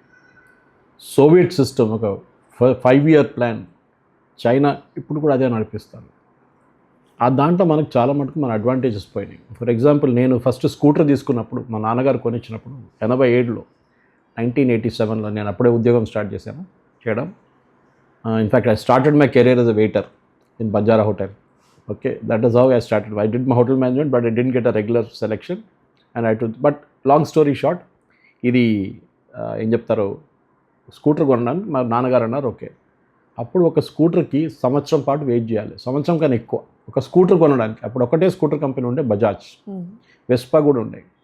లాస్ట్లో ఫారిన్ ఎక్స్చేంజ్ కట్టి 6 నెలల తర్వాత తీసుకున్నాను. 6 నెలలు వెయిట్ చేయాల్సి వచ్చింది. ఇప్పుడు మీరు స్కూటర్ అనగానే 10 మంది మీ డోర్ బయట నిలబడతారు. ఇప్పుడున్న యంగ్స్టర్స్కి తెలియదు ఆ టైంలో ఎంత కష్టపడ్డాం మేమని. పాలు కొనడానికి మీరు పాలు లైన్లో నిలబడాలి. బయట పాల షాప్ ఒకటి ఉంటుంది ప్రతి కాలనీలో. లైన్లో నిలబడి టోకెన్ ఇచ్చేసి ఆ పాలు తీసుకురావాలి. ఇప్పుడు మీరు ఎక్కడి నుంచైనా కొనవచ్చు, ఇంట్లో తీసుకొచ్చి ఇస్తారు మీకు. అది డిఫరెన్స్ అనమాట. సో మనం అభివృద్ధి ఎట్లా చెందుతాం, మన ప్రజలకి ముందు మన దగ్గర తినడానికి తిండి లేకుండే, మన అమెరికా దగ్గర తెప్పించుకుంటుండే వీట్ కానీ రైస్ కానీ. తర్వాత MS స్వామినాథన్ గారు ఆపరేషన్ గ్రీన్ అది తీసుకొచ్చారు. ఓకే, దాని తర్వాత దాంట్లోనే మనకు చాలా మటుకు వి రియలీ వెంట్ ఫార్వర్డ్ అనమాట గ్రీన్ మూమెంట్లో. దాని తర్వాత operation flood, doctor Varghese Kurien. పాలు లేదు మన దగ్గర, పిల్లలకి పాలు. Even when I was growing Amul spray US నుంచి వస్తుండే, పౌడర్. పాలు లేదు, పౌడర్ మిక్స్ చేసి పిల్లలకి ఇస్తుండే. అక్కడి నుంచి ఎక్కడి దాకా వచ్చాం మనం. అది అభివృద్ధి అంటే అది ఓకే. టెక్నాలజీ కానీ మిగతా అంతా ఓకే, బట్ హ్యూమన్ బీయింగ్కి ఏం అభివృద్ధి వచ్చింది అది మనం చూడాల్సింది చాలా మటుకు. సో ఈ ఒక ఫ్యాక్టర్ చూసుకుంటే 2047 అంటే ఎగ్జాక్ట్లీ 100 years మన ఇండిపెండెన్స్కి భారతదేశం ఎక్కడ దాకా ఉండాలి. మన ఫస్ట్ ప్రయారిటీ ఏంటంటే, మన దగ్గర అందరూ ఇప్పుడు పెద్ద పెద్ద ఎయిర్క్రాఫ్ట్ కానీ, పెద్ద సినిమా థియేటర్లు కానీ, పెద్ద మాల్లు కానీ, రాకెట్లు లాంచ్ చేయడం కాదు. మన దగ్గర బాటమ్ ఆఫ్ ద పిరమిడ్లో ఉన్న వాళ్ళని పైకి తీసుకురావాలి. ఇప్పుడు మనం చూసాం ఆల్మోస్ట్ 28 కోట్ల మందిని మనం పావర్టీ లైన్ నుంచి పైకి తీసుకొచ్చాం మనం. అంటే పర్ డే ఇంత మీరు తినొచ్చు, ఇంత డబ్బులు ఉండొచ్చు, మీరు బతకొచ్చు. గవర్నమెంట్ ఆఫ్ ఇండియా 81 crore అంటే 80 కోట్ల మందికి, 81 కోట్ల మందికి రేషన్ ఇస్తున్నారు ఇప్పుడు కూడా ఫ్రీగా. ఓకే, సో మనం అభివృద్ధి చెందాలంటే ఈ ప్రజలు, ఈ బాటమ్ ఆఫ్ ద పీరియడ్లో ఉన్న ప్రజల్ని మనం అప్గ్రేడ్ చేయాల్సి వస్తుంది. పైన ఉన్న వాళ్ళు ఎట్లా సర్వైవ్ అవుతారు, సైన్స్ కానీ వాళ్ళ దగ్గర ఫ్యామిలీ డబ్బులు ఉంటుంది అన్నీ ఉంటుంది, కానీ ఈ బాటమ్ ఆఫ్ ద పిరమిడ్ నుంచి పైకి తీసుకురావడం అది మన పెద్ద ఛాలెంజ్. మన దేశంలో 140 కోట్ల మంది ఉన్నాం. Just last week United nations report ఒకటి వచ్చింది, దట్ మన ఫర్టిలిటీ లెవెల్ మనం పడిపోయాం, ఫర్టిలిటీ లెవెల్ కన్నా కింద. అంటే చనిపోయిన వాళ్ళని రీప్లేస్ చేయడానికి అంతమంది పిల్లలు పుట్టట్లేదు. సో మన పాపులేషన్ ఇప్పుడు డిక్లైన్ అవుతుంది. ఇప్పుడు 140కి వెళ్ళాం కదా, అక్కడి నుంచి ఇట్లా స్టార్ట్ అవుతుంది ఇప్పుడు. అది పెద్ద ప్రాబ్లం ఉంది, అది సపరేట్ స్టోరీ. ఓకే. జపాన్ లాగా అయిపోతాం మనం, ముస్లోల రాజ్యం అయిపోతాం ఒక 40 సంవత్సరాల తర్వాత. So that should not also come. అది కూడా డేంజరస్ అన్నమాట. ఇప్పుడు ఇజ్రాయెల్ చూడండి, ఇజ్రాయెల్ కూడా అదే ప్రాబ్లం. ఇజ్రాయెల్లో కేర్ టేకర్స్ చాలామంది భారతదేశం నుంచి వెళ్తారు, నర్సులు. యూరోప్లో కూడా అదే జరిగింది. సో వాళ్ళు ఏం చేస్తున్నారు, మైగ్రెంట్స్ తెచ్చుకుంటున్నారు. సో మన దేశంలో మనం బేసిక్లీ మన ప్రోగ్రెస్ అనేది హ్యూమన్ ప్రోగ్రెస్ ఉండాలి. నాకు అదొక పర్సనల్ ఒపీనియన్ ఉంది. Okay, people may disagree with that. Science power మనం ఆల్రెడీ ఉన్నాం, మనం ప్రాబ్లం లేదు. ఓకే, చాలా మటుకు brain drain is being reversed also. ఇప్పుడు మన దగ్గర స్టార్టప్స్ గురించి మాట్లాడాను, నేను యూనికార్న్స్ గురించి చెప్పాను మీకు. కానీ I think human index development అనేది చాలా ఇంపార్టెంట్. అది మనం చేసే ఉండాలి. That we should ensure that our human development is 100% done. అక్కడే మనం ప్రజల్ని ఒక లెవెల్ నుంచి పైకి తీస్తాం. దానికి అన్నిటికంటే పెద్దది ఎడ్యుకేషన్. ఎడ్యుకేషన్ అనేది మీరు ఇస్తే, ఎందుకంటే నేను మళ్ళీ నా వచ్చే స్టేట్ నుంచి మాట్లాడుతున్నాను, కేరళ గురించి. కేరళలో 18th సెంచరీలోనే అక్కడున్న రాజులు, మహారాజులు, రాణిలు మహిళలకి ఫ్రీ ఎడ్యుకేషన్ ఇచ్చారు, గ్రాడ్యుయేషన్ దాకా. దానికోసం 100% లిటరేట్, 100% లిటరేట్ అంటారు చూడండి కేరళ. అప్పుడు మొదలైంది, ఇప్పుడు కాలేదు. అది ఎప్పటి నుంచో మొదలైంది అది. సో ఎప్పుడేం చెప్తారు చూడండి, ఎడ్యుకేటెడ్ గర్ల్, ఓకే, చాలా ఇంపార్టెంట్ అది. She educates an entire village. అది ఒక అమ్మాయిని మీరు నేర్పియండి, ఆమె మొత్తం విలేజ్ చూసుకుంటున్నాను. అది చాలా ఇంపార్టెంట్ మన దగ్గర. సో చాలా ఎగ్జాంపుల్స్ ఉన్నాయి నా దగ్గర. మా వాచ్మెన్ కూతురు ఒకటి ఉండే, ఆమె నేను MBA చేయించాను. గ్రాడ్యుయేషన్ 10th చేయించి 10th తర్వాత ఇంటర్మీడియట్ తర్వాత మా ఫ్లాట్ వాళ్ళు అందరూ హెల్ప్ చేశారు చాలామంది. So today she is finished her MBA and she is working in a multinational, no problem. That is how it should be. Just because watchman కూతురు అని చెప్పి మీరు ఆపకూడదు ఆమెని. అది మన దగ్గర ఉన్న చేంజెస్ ఇది ఉంటుంది అనమాట. సో హ్యూమన్ డెవలప్మెంట్ ఇండెక్స్ అనేది చాలా important. We have to take it to the next. మనం యూరోప్ కావాలనో లేకుంటే స్వీడన్ లాగా ఉండాలని చెప్పట్లేదు. మన అన్నిటికంటే పెద్ద వీక్నెస్ మనది హెల్త్ కేర్. మన గాంధీ హాస్పిటల్ లాగా ఎందుకుంది, ఉస్మానియా లాగా ఎందుకుంది. ఈవెన్ ఎంత పేదోళ్ళైనా కానీ ఒక ప్రైవేట్ హాస్పిటల్కి వెళ్తారు. ఎందుకు? Because of health care sector is failed. మనకు 100 రూపాయలు వస్తే దాంట్లో 70 రూపాయలు 80 రూపాయలు జీతంలో పెన్షన్లో పోతుంది. మిగతా డబ్బులు లేవు. బ్రిడ్జ్లు కట్టడానికి, స్కూల్ కట్టడానికి, రోడ్లు వేయడానికి డబ్బులు లేవు. మీరు అది తగ్గించండి, గవర్నమెంట్ సైజ్ తగ్గించే ఆ డబ్బులు మీరు హాస్పిటల్లో పెట్టవచ్చు, మిగతా దాంట్లో పెట్టవచ్చు, ఎడ్యుకేషన్లో పెట్టవచ్చు. కానీ అక్కడ పెట్టలేకపోతున్నాం. దానికోసం గవర్నమెంట్ స్కూల్కి పిల్లలు వెళ్ళట్లేదు. ఎంత పేదోళ్ళైనా కానీ ప్రైవేట్ స్కూల్ పంపిస్తారు వాళ్ళ పిల్లల్ని. మేము చదువుకోలేదు, వాళ్ళని మంచిగా చదువుకోవాలని చెప్పేసి. ఇది ప్రాబ్లం అది. So education, health care and of course me standard of living, ఇది 3 పెంచుకుంటూ వస్తే ఐ థింక్ 2047 అనేది ఒక డ్రీమ్గా మిగిలిపోదు. అది బాగానే ఉంటుంది. కానీ other things will happen automatically. అది మీరు ఏం చేయక్కర్లేదు. ఓకే సార్, ఇప్పుడు ఈ బ్రేకింగ్ న్యూస్ సంస్కృతి, కార్పొరేట్ ప్రభావం, రాజకీయ ఎజెండా మరియు TRP కారణంగా, ఈ TRP పోటీ అనొచ్చు చెప్పాలంటే. సో వీటన్నిటి పరంగా నిజమైన జర్నలిజం బలహీనపడుతుందంటారు? డెఫినెట్గా. నేను 89-90లో Times of India Bengaluru join చేశాను. నేను అప్పుడు నేను తాజ్లో ఉండే, ఇక్కడ వెయిటర్గా స్టార్ట్ చేశాను చెప్పిన బంజారా. అప్పుడు ITC వెల్కమ్ గ్రూప్ ఉండే. అక్కడి నుంచి నన్ను 6 నెలల్లో ప్రమోట్ చేశారు. దాని తర్వాత నేను బెంగళూరు వెళ్ళాను and I became the assistant manager at Taj అక్కడ. And I was one of the youngest. అప్పుడు నాకు 25 అంతా ఉండే, 25-26. అక్కడ నుంచి టైమ్స్ ఆఫ్ ఇండియా జాయిన్ అప్పుడు I was in the marketing department, సేల్స్లో ఉన్నాను. కానీ నేను రాస్తున్నాను. నాకు చిన్నప్పటి నుంచి రాయడం అని చాలా ఇష్టం. స్కూల్ మ్యాగజైన్ ఎడిటర్ ఉండే, కాలేజ్ మ్యాగజైన్ ఎడిటర్ ఉండే, ఇంటర్మీడియట్లో, డిగ్రీలో కూడా కాలేజ్ మ్యాగజైన్ ఎడిటర్ ఉండే. సో జర్నలిజం కూడా రాశాను. ఉస్మానియాలో 2nd ర్యాంక్ వచ్చింది నాకు ఎంట్రన్స్ రాసిన తర్వాత. BCJకి జాయిన్ చేయలేదు నేను, హోటల్ మేనేజ్మెంట్ చేశాను వెళ్ళి చెన్నై నుంచి. ఎనీవే, ఇది అప్పుడు చూసిన జర్నలిజం చూడండి, ఎథిక్స్ ఉండే చాలా మటుకు. నేను ఇవాళ దాకా గవర్నమెంట్ దగ్గర నుంచి ప్లాట్ తీసుకోలేదు. చాలామంది జర్నలిస్టులు తీసుకొని ఉంటారు. నేను వాళ్ళు తప్పు పట్టట్లేదు, అది వాళ్ళ పర్సనల్ డెసిషన్. కానీ నాకు మా టైమ్స్ ఆఫ్ ఇండియాలో ఒక రూల్ ఉంటే తీసుకోకూడదు అని చెప్పేసి. That is one of the reasons. కానీ బయటకు వచ్చి నా ఫ్రెండ్స్ చాలామంది రాజీనామా చేసి బయటకు వచ్చి ప్లాట్లు తీసుకున్నారు గవర్నమెంట్ దగ్గర నుంచి ఉన్నారు. ఎథిక్స్ అనేది బిజినెస్లో పోయింది. మీరు చెప్పినట్లు బ్రేకింగ్ న్యూస్ కల్చర్ కానీ మిగతా దాంట్లో కానీ. ఈ ఫస్ట్ జర్నలిజం అనే ఒక టైంలో రెస్పెక్ట్ ఇస్తుండే చాలామంది, ఇప్పుడు రెస్పెక్ట్ ఇవ్వట్లేదు. ఒక టైంలో BG వర్గీస్ కానీ, ఖుష్వంత్ సింగ్ కానీ, రామోజీరావు గారు కానీ చాలా పెద్ద మేధావులు ఉన్నారు. ఇప్పుడు జర్నలిజం అనేది ఎక్కడ పోయింది? ఇప్పుడు ఒక బ్రేకింగ్ న్యూస్ కల్చర్ వచ్చింది. వాడు వీడిని కొట్టాడు, వాడిని కొట్టాడు, ఈ యాక్సిడెంట్ జరిగింది, ఇంతమంది చనిపోయారు, ఇదే న్యూస్ అయిపోయింది. డిబేట్లు కూడా and presentation of the news also, న్యూస్లో ప్రెజెంటేషన్. ఐ డోంట్, నేను డిబేట్స్కి వెళ్ళాను. Masala adding to that masala. దానికోసం నేను చాలామంది నా వచ్చి తెలుగు ఛానల్ వాళ్ళు అడుగుతారు, సార్ డిబేట్కి వస్తారు, నేను రాను. కుక్కల్లా కొట్టుకుంటారు అక్కడ డిబేట్లలో. ఎవరికి ఏం అర్థం కాదు, ఏం చేస్తున్నారు, ఏమో మాట్లాడుతున్నారు. 8 నుంచి 9 రాత్రి, 9 నుంచి 10 రాత్రి నేను వెళ్ళను. I will not go. Maximum times no వాళ్ళు పిలుస్తారు, లేకుంటే ఒక్కొక్కసారి రిపబ్లిక్ పిలుస్తారు, అప్పుడు వెళ్తాను. కానీ రిపబ్లిక్ కూడా అదే సంగతి, అక్కడ కూడా అంతే 12 మందిని స్టాంప్ లాగా పెడతాడు అన్నారు. సో మన దగ్గర తెలుగు జర్నలిజంలో ప్రాబ్లం ఎక్కడ వచ్చిందంటే, అది నాకు ఒక అడ్వాంటేజ్, నాకని కాదు, నేను గిరిధర్ మామిడి గారు, రాకా సుధాకర్ గారు, సాయి కృష్ణ గారు, నేషనలిస్ట్, ఇట్లాంటి చాలామంది ఉన్నాం. మేము 4-5 ఉన్నాం, ఇంకా చాలామంది ఉన్నారులే బయట కూడా. మేము భాస్కర్ యోగి గారు ఉన్నారు. ఈ నాలెడ్జ్ అనేది మనం ట్రాన్స్మిట్ చేయాలి. Problem in today's Telugu news channel specially అని చెప్తున్నాను. నేను Malayalam still better, far better. Telugu news channel ఏమైపోయింది, ఈ బ్రేకింగ్ న్యూస్ కల్చర్ మీరు చెప్పింది, ఆ కల్చర్తోని ప్రేక్షకులకు జీరో నాలెడ్జ్. 10 నిమిషాల తర్వాత మీరు మర్చిపోతారు ఏం చూశారు మీరు అని చెప్పేసి. నన్ను ఇప్పుడు కూడా ఐఎమ్ నాట్ బోస్టింగ్ అగైన్, కానీ నేను ఎప్పుడు కూడా నాకు చాలా ఆనందం వస్తుంది యాక్చువల్లీ. మొన్న కూడా ఒక రెస్టారెంట్కి వెళ్తే ఒక లేడీ విత్ ఫ్యామిలీ వచ్చి సురేష్ గారు అని అడిగారు. అవునండి సార్, మీ వీడియోలు అన్నీ చూస్తాను సార్, ఇది రెగ్యులర్ నాకు, దిస్ ఇస్ ఎక్కడ వెళ్ళగా నాకు ఈ ప్రాబ్లం అని చెప్పట్లేదు కదా, ఒక గ్రీటింగ్ ఇట్లా ఉంటుంది, ఒక ఫోటో తీసుకొచ్చా సార్, అది తీసుకోండి, సెల్ఫీ తీసుకోండి, ఓకే. తర్వాత వాళ్ళు చెప్పినప్పుడు నాకు అదే మంచి అనిపించింది. అంటే చాలామంది అంటారు ఇది, నేను హౌస్ వైఫ్ సార్, నేను అసలు న్యూస్ చూడను, సీరియల్ అని చూస్తూ ఉంటాను, కానీ మీ వీడియో చూసిన తర్వాత నేను పొద్దున్న ఏమైనా పని అంతా అయినాక దాని ముందు కూర్చుంటాను చూడడానికి. That is a thrill. That నా నాలెడ్జ్, నా దగ్గర ఉన్న నాలెడ్జ్, నేను రీసెర్చ్ చేసి తీసుకున్న నాలెడ్జ్ 10 మందికి చెప్తే అది వాళ్ళకు ఉపయోగం వస్తుంది.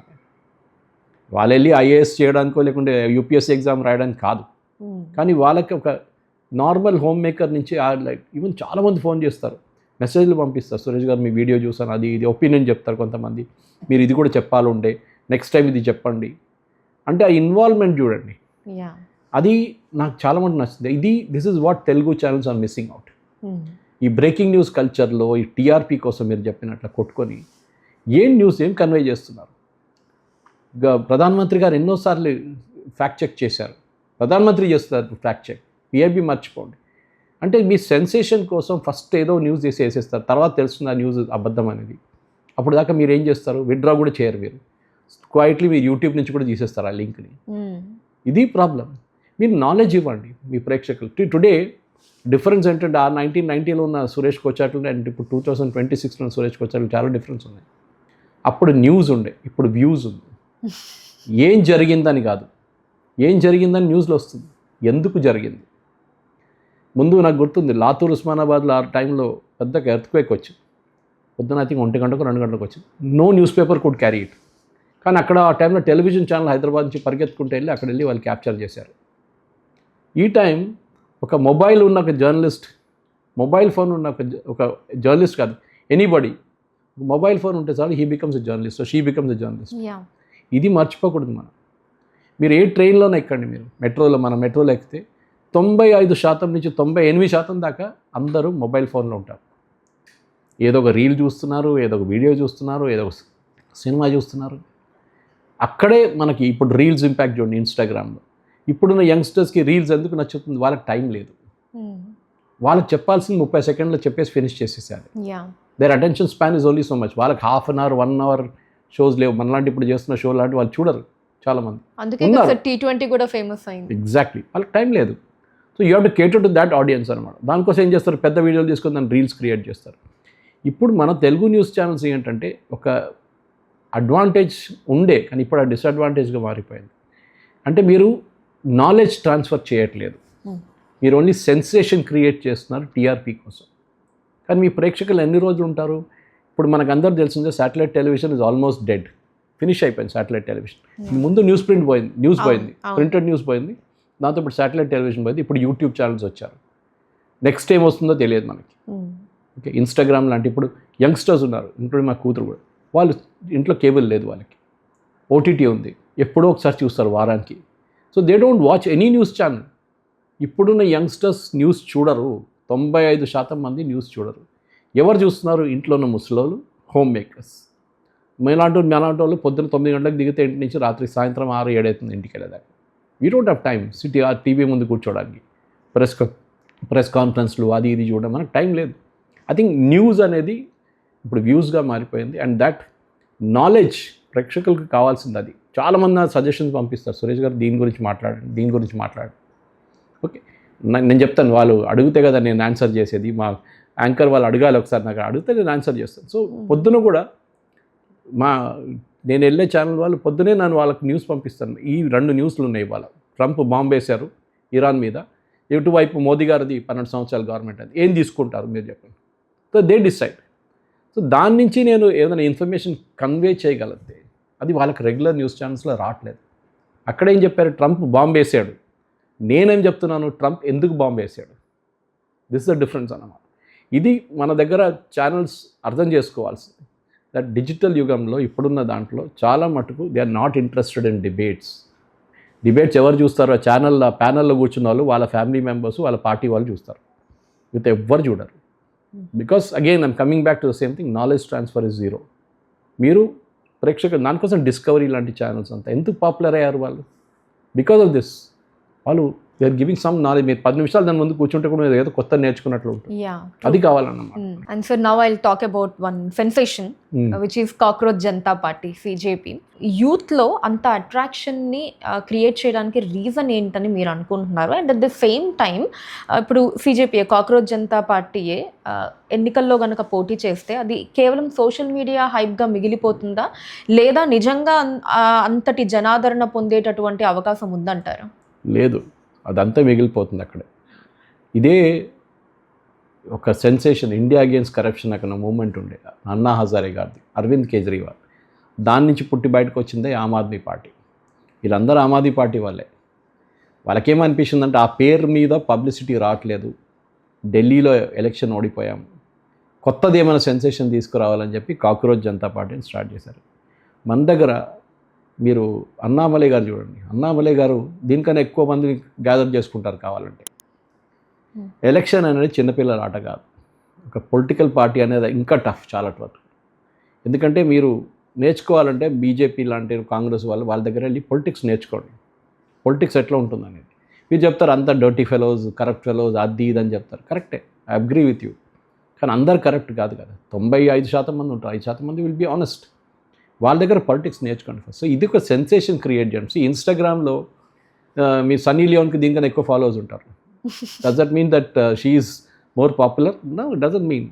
మీరు ఇన్స్టాగ్రామ్లో మీరు ఎక్కడి నుంచి వచ్చింది అకౌంట్, పాకిస్తాన్ నుంచి వచ్చిందా చాలామంది ఉన్నారు దాంట్లో, ఉజ్బెకిస్తాన్ నుంచి ఉన్నారు, టర్కీ నుంచి ఉన్నారు. So naturally that is not your audience. దానికోసం చూడండి, ఫస్ట్ డే సెన్సేషన్ క్రియేట్ చేశారు, వెళ్ళిపోయారు, అయిపోయింది.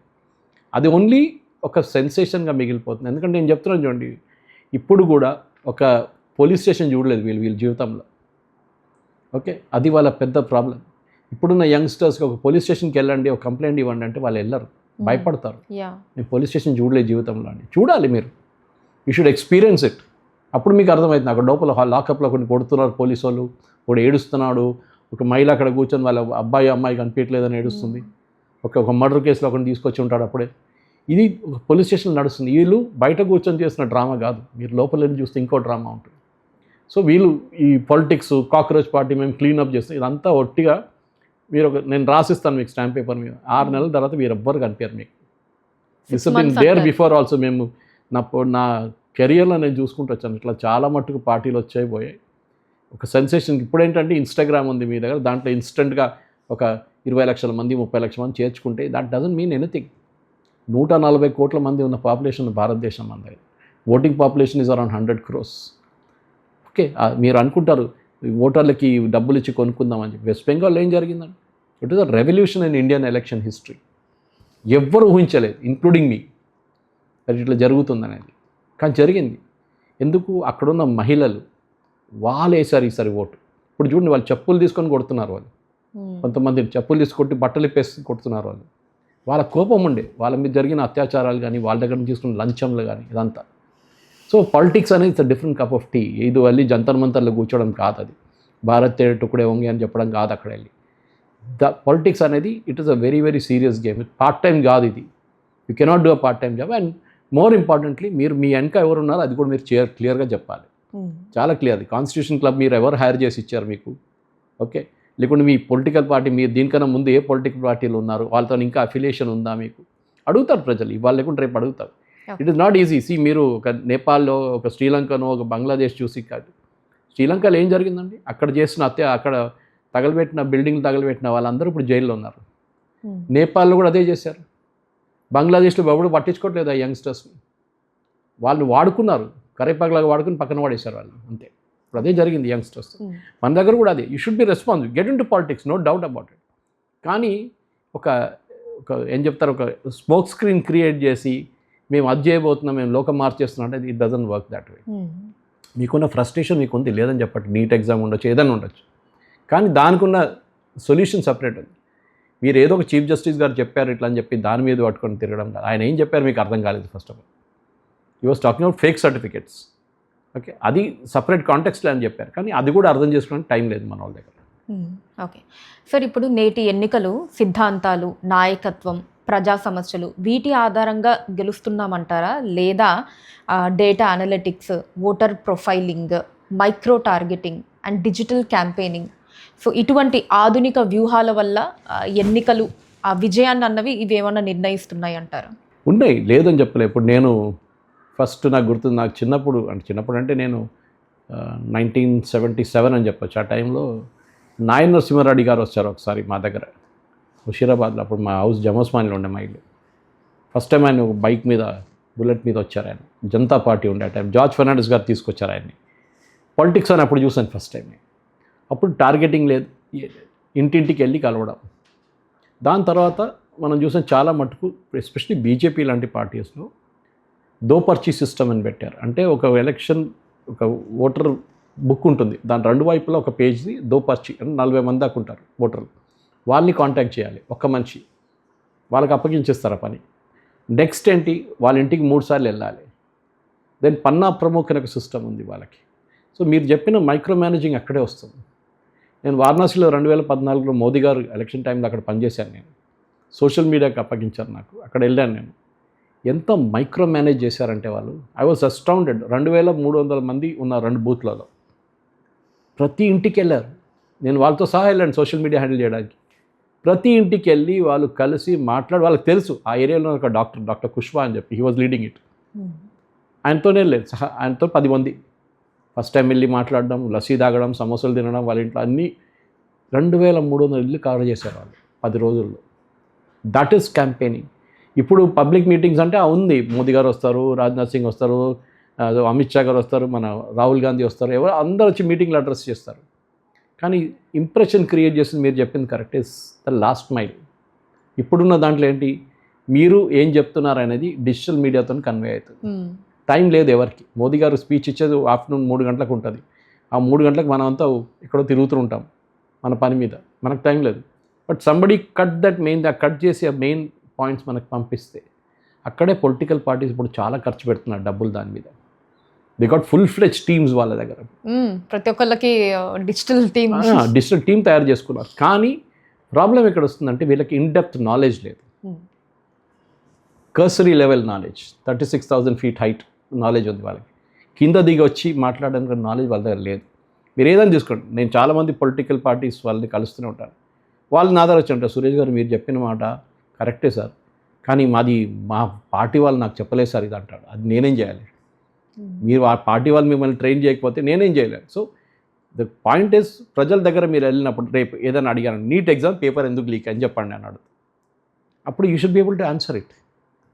అప్పుడు మీరు ఉల్టా క్వశ్చన్ వేయాలి, ఐఐటి జేఈ పేపర్ ఎందుకు లీక్ కావట్లేదు?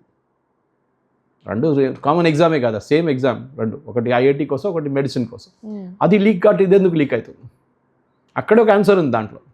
One is a computer based test, another paper based test. Paper based టెస్ట్లో లీక్ అవుతుంది 100%. హ్యూమన్ సైకాలజీ అది. నేను ఇంటర్మీడియట్లో ఉన్నప్పుడు మాకు గుర్తుంది, మా ఇంటి దగ్గర జమోస్మాన్ నుంచి మేము నారాయణగూడ శాంతి థియేటర్ దగ్గర వెళ్ళి ఎవడో అన్నాడు పేపర్ దొరికితే రాత్రి అని చెప్పి, కెమిస్ట్రీ పేపర్. అక్కడ దాకా వెళ్ళాం సైకిల్ మీద, ఏం దొరకలేదు. ఇంటికి వచ్చి మళ్ళీ చదువుకోవాల్సి వచ్చింది. సో ఆ హ్యూమన్ టెండెన్సీ ఉంది, పేపర్ దొరుకుతుంది మనకి, వెళ్ళి చూసుకుందాం. కొంతమంది 5 లక్షలు పెట్టారు, కొంతమంది 10 లక్షలు పెట్టారు, కొంతమంది 25 లక్షలు పెట్టి పేపర్ కొనుక్కున్నారు. Yes, we need to break it. కానీ మీరు ఆగిపోతుందా? కాగదు. You have to create a technology around it. అది ఐఐటి వాళ్ళు చేశారు, చాలా బాగా చేస్తారు వాళ్ళు. మీరు సిఏ ఎగ్జామ్ నడుస్తుంది, ఎప్పుడైనా సిఏ ఎగ్జామ్ పేపర్ లీకేజ్ అని విన్నారా? టఫెస్ట్ ఎగ్జామ్ యాక్చువల్లీ, ఐఐటి కన్నా టఫ్ అది లేదు.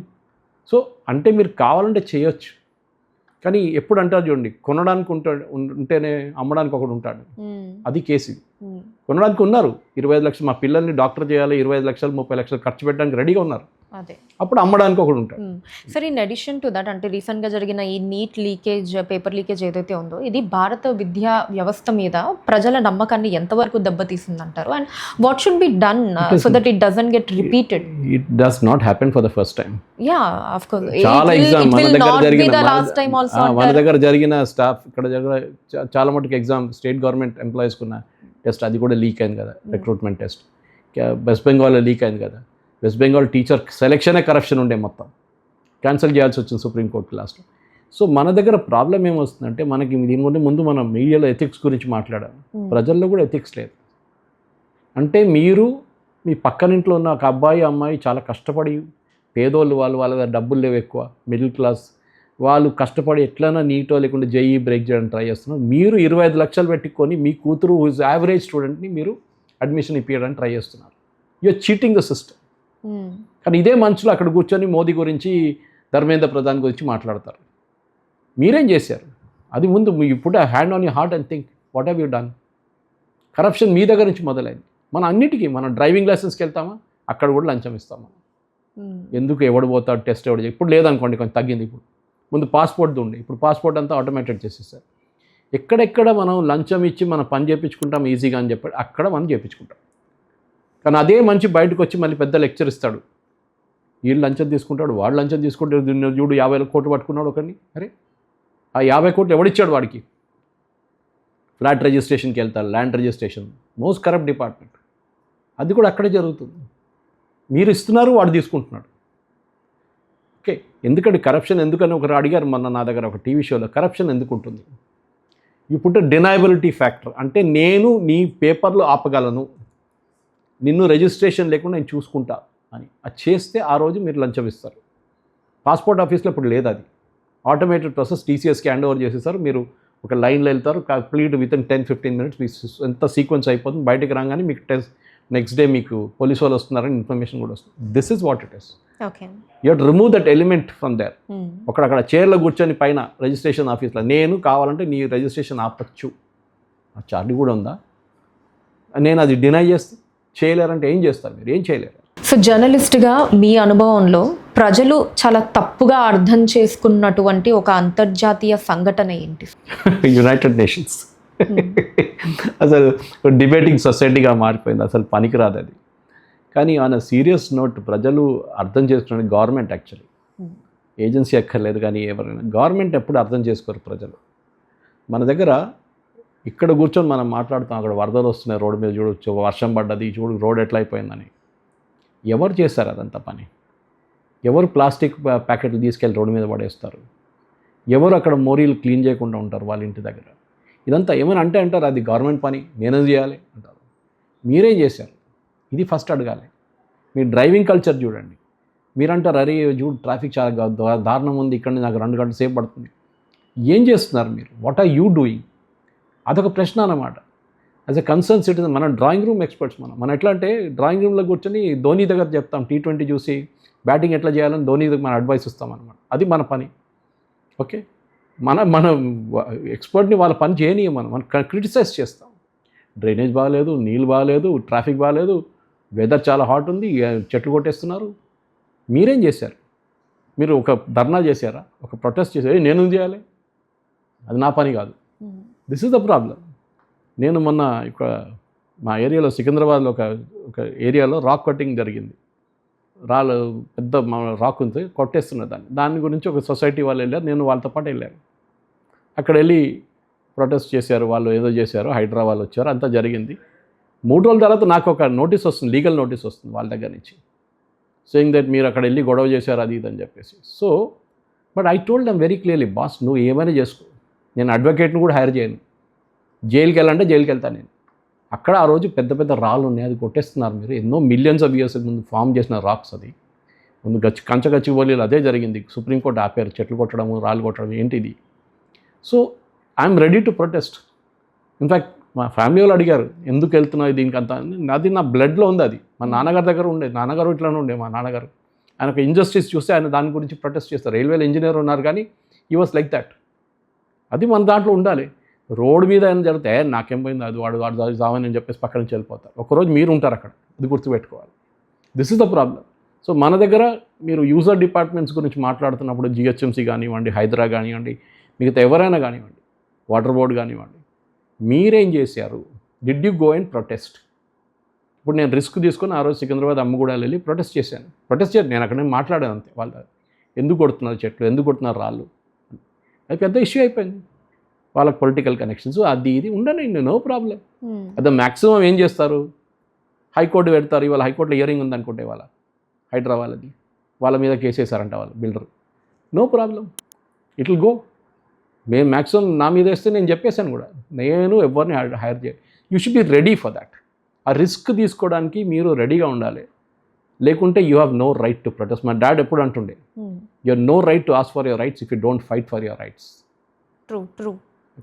కానీ రూమ్లో కూర్చొని అడ్వైస్లు ఇవ్వడము, ఏం చేయాలని చెప్పడం మిగతాలు కాదు. యూ షుడ్ ఆల్సో, అది రోజు రోడ్డు మీద వెళ్ళి ధర్నా చేయడం అని చెప్పట్లేదు, కానీ ఎక్కడ ప్రొటెస్ట్ చేయాలో, ఎక్కడ మీరు లెటర్ రాయాలో, ఎక్కడ మీరు ఈమెయిల్ పంపించాలో, ఎక్కడ ఫోటోలు పంపించాలో, ఎక్కడ సోషల్ మీడియా పోస్ట్ పెట్టాలి, అది చేయాల్సింది.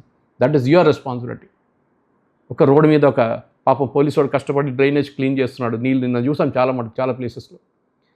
You empathise with that fellow. పాపం చేస్తున్నాడు కదా, అంత దారుణం ఉంది, సిటీ అంతా పోయింది, సిటీ అంతా మునిగింది. ఇది మన కాన్స్టెంట్ ఒక ఇదన్నమాట. ఇది ప్రాబ్లం. సో రీసెంట్గా అంటే సన్ టీవీ ప్రసారం చేసిన వీరప్పన్న ఇంటర్వ్యూ వల్ల నటి సుకన్య ప్రతిష్టకి జరిగిన భంగం కావచ్చు, అండ్ ఆమె దాని ద్వారా అంటే రీసెంట్గానే మద్రాస్ హైకోర్టులో సాధించిన యా. సో దీని గురించి చెప్పండి సార్ క్లుప్తంగా. ప్రాబ్లం ఏంటంటే మన దగ్గర సెలబ్రిటీస్ని టార్గెట్ చేయడం చాలా ఈజీ. మీలాంటి నాలాంటి వాళ్ళు ఎవరు టార్గెట్ చేయరు, వాళ్ళకి ఏం రాదు కూడా మన దగ్గర నుంచి. సెలబ్రిటీస్ని టార్గెట్ చేసి పబ్లిసిటీ తెచ్చుకోవడంలో మన వాళ్ళు ఎక్స్పర్ట్స్. అది మీరు చూస్తుంటారు చాలా సందర్భాల్లో. ఈవెన్ మన దగ్గర పాపరాజీస్ అంటాం మనం, వాళ్ళు ఫోటోగ్రాఫ్ తీసుకోవడానికి వెళ్తారు, వాళ్ళు జిమ్ నుంచి బయటకు వస్తే ఫోటోలు తీస్తారు, ఇదంతా. సో టెలివిజన్ ఛానల్లో కూడా అదే కల్చర్ వచ్చేసింది ఇప్పుడు. అంటే మీరు ఒకరి మీద ఆరోపణ చేసేసి మళ్ళీ మీరు మాయమైపోతారు అక్కడి నుంచి. కానీ ఆరోపణగానే మిగిలిపోతుంది అక్కడ. ఆమెకి ఇన్ని సంవత్సరాలు పట్టింది to get a clearance from that అనమాట. అది మన దగ్గర ఉన్న ప్రాబ్లం. నా మీద ఒక ఆరోపణ చేశారు, నేను రెస్పాండ్ అయ్యే ముందు మీరు వెళ్ళిపోతారు, కనిపించరు మీరు. ఆరోపణగా ఉండిపోతుంది, ఎక్కడో యూట్యూబ్ ఛానల్ ఉంటుంది ఆ వీడియో రేపు. Problem is this targeted harassment. అది ఉంది, లేదని చెప్పలేదు, ఎస్పెషలీ మహిళలతోనే. And women should be extremely careful with this. మీరు కొన్ని సందర్భాల్లో రెస్పాండ్ చేయక్కర్లేదు, you have other ways of doing the things. కొంతమంది అక్కడ దిగి చెప్పులు తీసుకొని కొడతారు, అది కూడా ఉంది. That is also one solution to it. కానీ ద ప్రాబ్లమ్ ఇస్ సింపుల్. మీడియాలో డిఫమేషన్ అనేది మన దేశంలో చాలా వీక్ లాస్. మీడియా ట్రయల్ జరుగుతుంది ప్రతిరోజు. టెలివిజన్ ఛానల్ రాత్రి 8 నుంచి 9, 9 నుంచి 10 ఉన్న debates are all media trials. ఒక్కని అక్కడ పెట్టి వీడు దొంగ అని చెప్పేసి 3 రోజుల తర్వాత తెలుస్తుంది వీడు దొంగ కాదని చెప్పేసి, అప్పుడు దాకా డ్యామేజ్ అంతా అయిపోయింది. క్యారెక్టర్ అసాసినేషన్ జరుగుతుంది. సో ఇది మనం చూస్తున్న ప్రతి దాంట్లో. అండ్ సెలబ్రిటీస్ మీద చాలా మటుకు ఉంటుంది, స్పోర్ట్స్ పీపుల్ మీద ఉంటుంది, పొలిటీషియన్స్ మీద ఉంటుంది. ఎందుకంటే యూకేలో మీరు ట్రై చేసి చూడండి, యూకేలో defamation laws are so strict. మీరు చిన్నగా ఆరోపణ చేసి, ఈవెన్ ట్రంప్కి వెళ్ళారు పెద్ద కేసు బీబీసీ వ్యతిరేకంగా, ఆయన వీడియో ఎడిట్ చేశారని చెప్పేసి. That is also possible. So మన దగ్గర జరగదు. మన దగ్గర కోర్టుకి వెళ్తే తారీఖు పే తారీఖు అంటారు చూడండి, నడుస్తూనే ఉంటుంది 20 సంవత్సరాల దాకా కేసు. సో మన దగ్గర స్ట్రిక్ట్ డిఫమేషన్ లాస్ ఉంటాయి. చాలా మటుకు చూసాం, ఎంజే అక్బర్ కేసులో చూసాం, మీటూ కేసెస్ చాలా వచ్చినప్పుడు అది కూడా చూసాం మనం. ఓకే, కొంతమంది సోషల్ మీడియాలో హ్యాండిల్స్ వాళ్ళు, సాకేత్ గోఖలే లాంటి కేసు, వాడు ఏదో ట్వీట్ చేశాడు, then he was asked to delete it. ఇప్పుడు కూడా మనం చూస్తాం, కోర్టుకి వెళ్తారు, కొంతమంది డిలీట్ చేపిస్తారు. ఎంతమంది కోర్టుకి వెళ్తారండి? కొంతమంది వెళ్ళరు, they don't want to get defamed again అన్నమాట.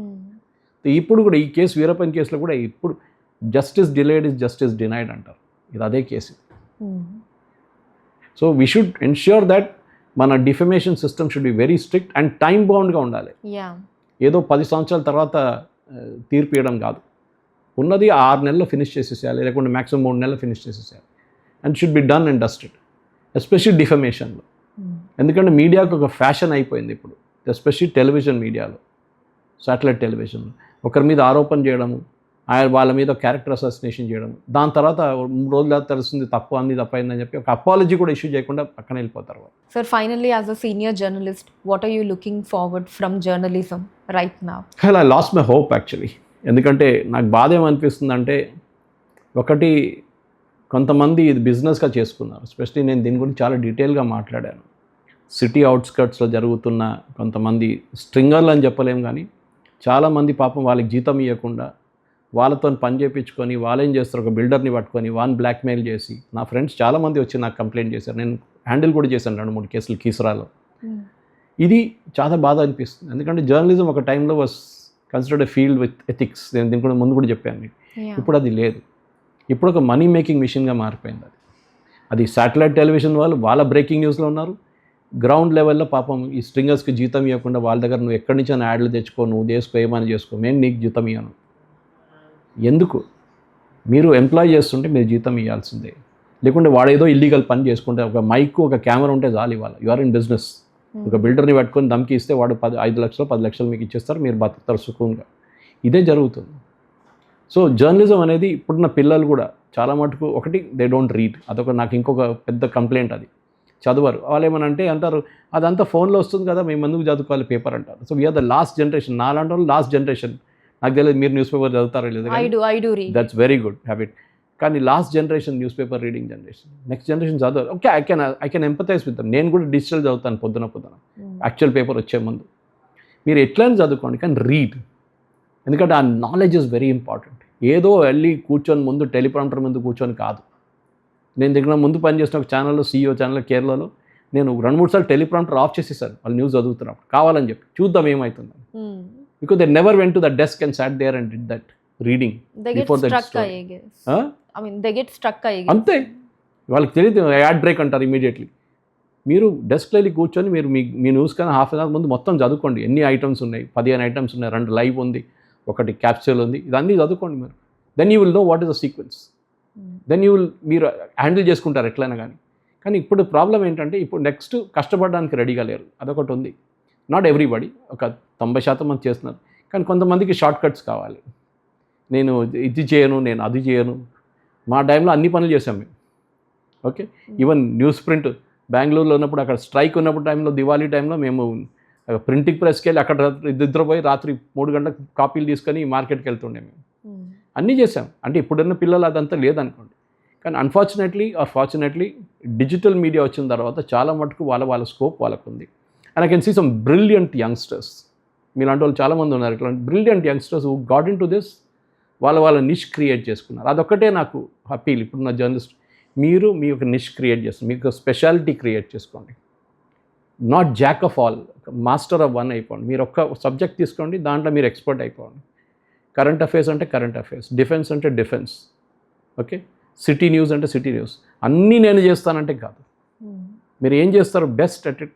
నా దగ్గర చాలామంది అడుగుతారు, సురేష్ గారు మీరు లోకల్ న్యూస్ గురించి ఎక్కువ మాట్లాడిన చేయను, నాకు తెలియదు, తెలుసు కూడా నేను చేయను. Because I feel it is beyond me. కానీ అది ఇంటర్నేషనల్ ఉండొచ్చు, నేషనల్ ఉండొచ్చు, ఏదైనా ఉండొచ్చు. ఐ డూ ద రీసెర్చ్, తీసుకొచ్చేస్తాను. రీసెర్చ్ చేయడం చాలా చాలా ఇంపార్టెంట్. ఓకే, ఇది ఇప్పుడున్న పిల్లలు నేర్చుకోవాలి, especially those are in journalism colleges. ముందు 35-40 సంవత్సరాల ముందు ఇది లేకుండే ఫెసిలిటీ. ఇప్పుడు మీకు ఇంటర్నెట్ ఉంది, యు ఆర్ లక్కీ. మీ ఫోన్లో మొత్తం ఇన్ఫర్మేషన్ వస్తుంది. మీరు చాట్ జీపీటీ ఉంది, మీరు ఏం చేయక్కర్లేదు. కానీ ఇది చేయడానికి కొంచెం కష్టపడాలి. అండ్ వాళ్ళ వైపు నుంచి కూడా నేను ఒక జీవితంలో I have to make a mark for myself. Swami Vivekananda 30-35 సంవత్సరాలు, ఆదిశంకరాచార్య వెళ్ళిపోయారు, రామానుజం గారు 30. వీళ్ళందరూ నా ఫిలాసఫీ కూడా లైఫ్లో ఎప్పుడు చెప్తుంటాను నేను. రాజేష్ ఖన్నా డైలాగ్ ఉంది సినిమా, ఆనంద్ సినిమాలో, జిందగీ బడి హోనీ చే లంబీ నయ్యి. 90 సంవత్సరాలు బతికి ఏం చేస్తారు? ఓకే, ఈవెన్ ఇప్పుడు 30-40 సంవత్సరాలు బతికి ఆ చేంజ్ తీసుకోరండి. Be the change that you see in the world. అది చాలా important. Amazing, sir. Thank you so much. Thank you for your valuable time. And literally, I just felt like I have spoken with a walking encyclopedia. I've got such an amazing information. Thank you, man. Thank you very much. So, ఈ podcast నుంచి నిజంగా చాలా మందికి ఈ insightful information use అవుతుందని కోరుకుంటున్నాను. Thank you once again.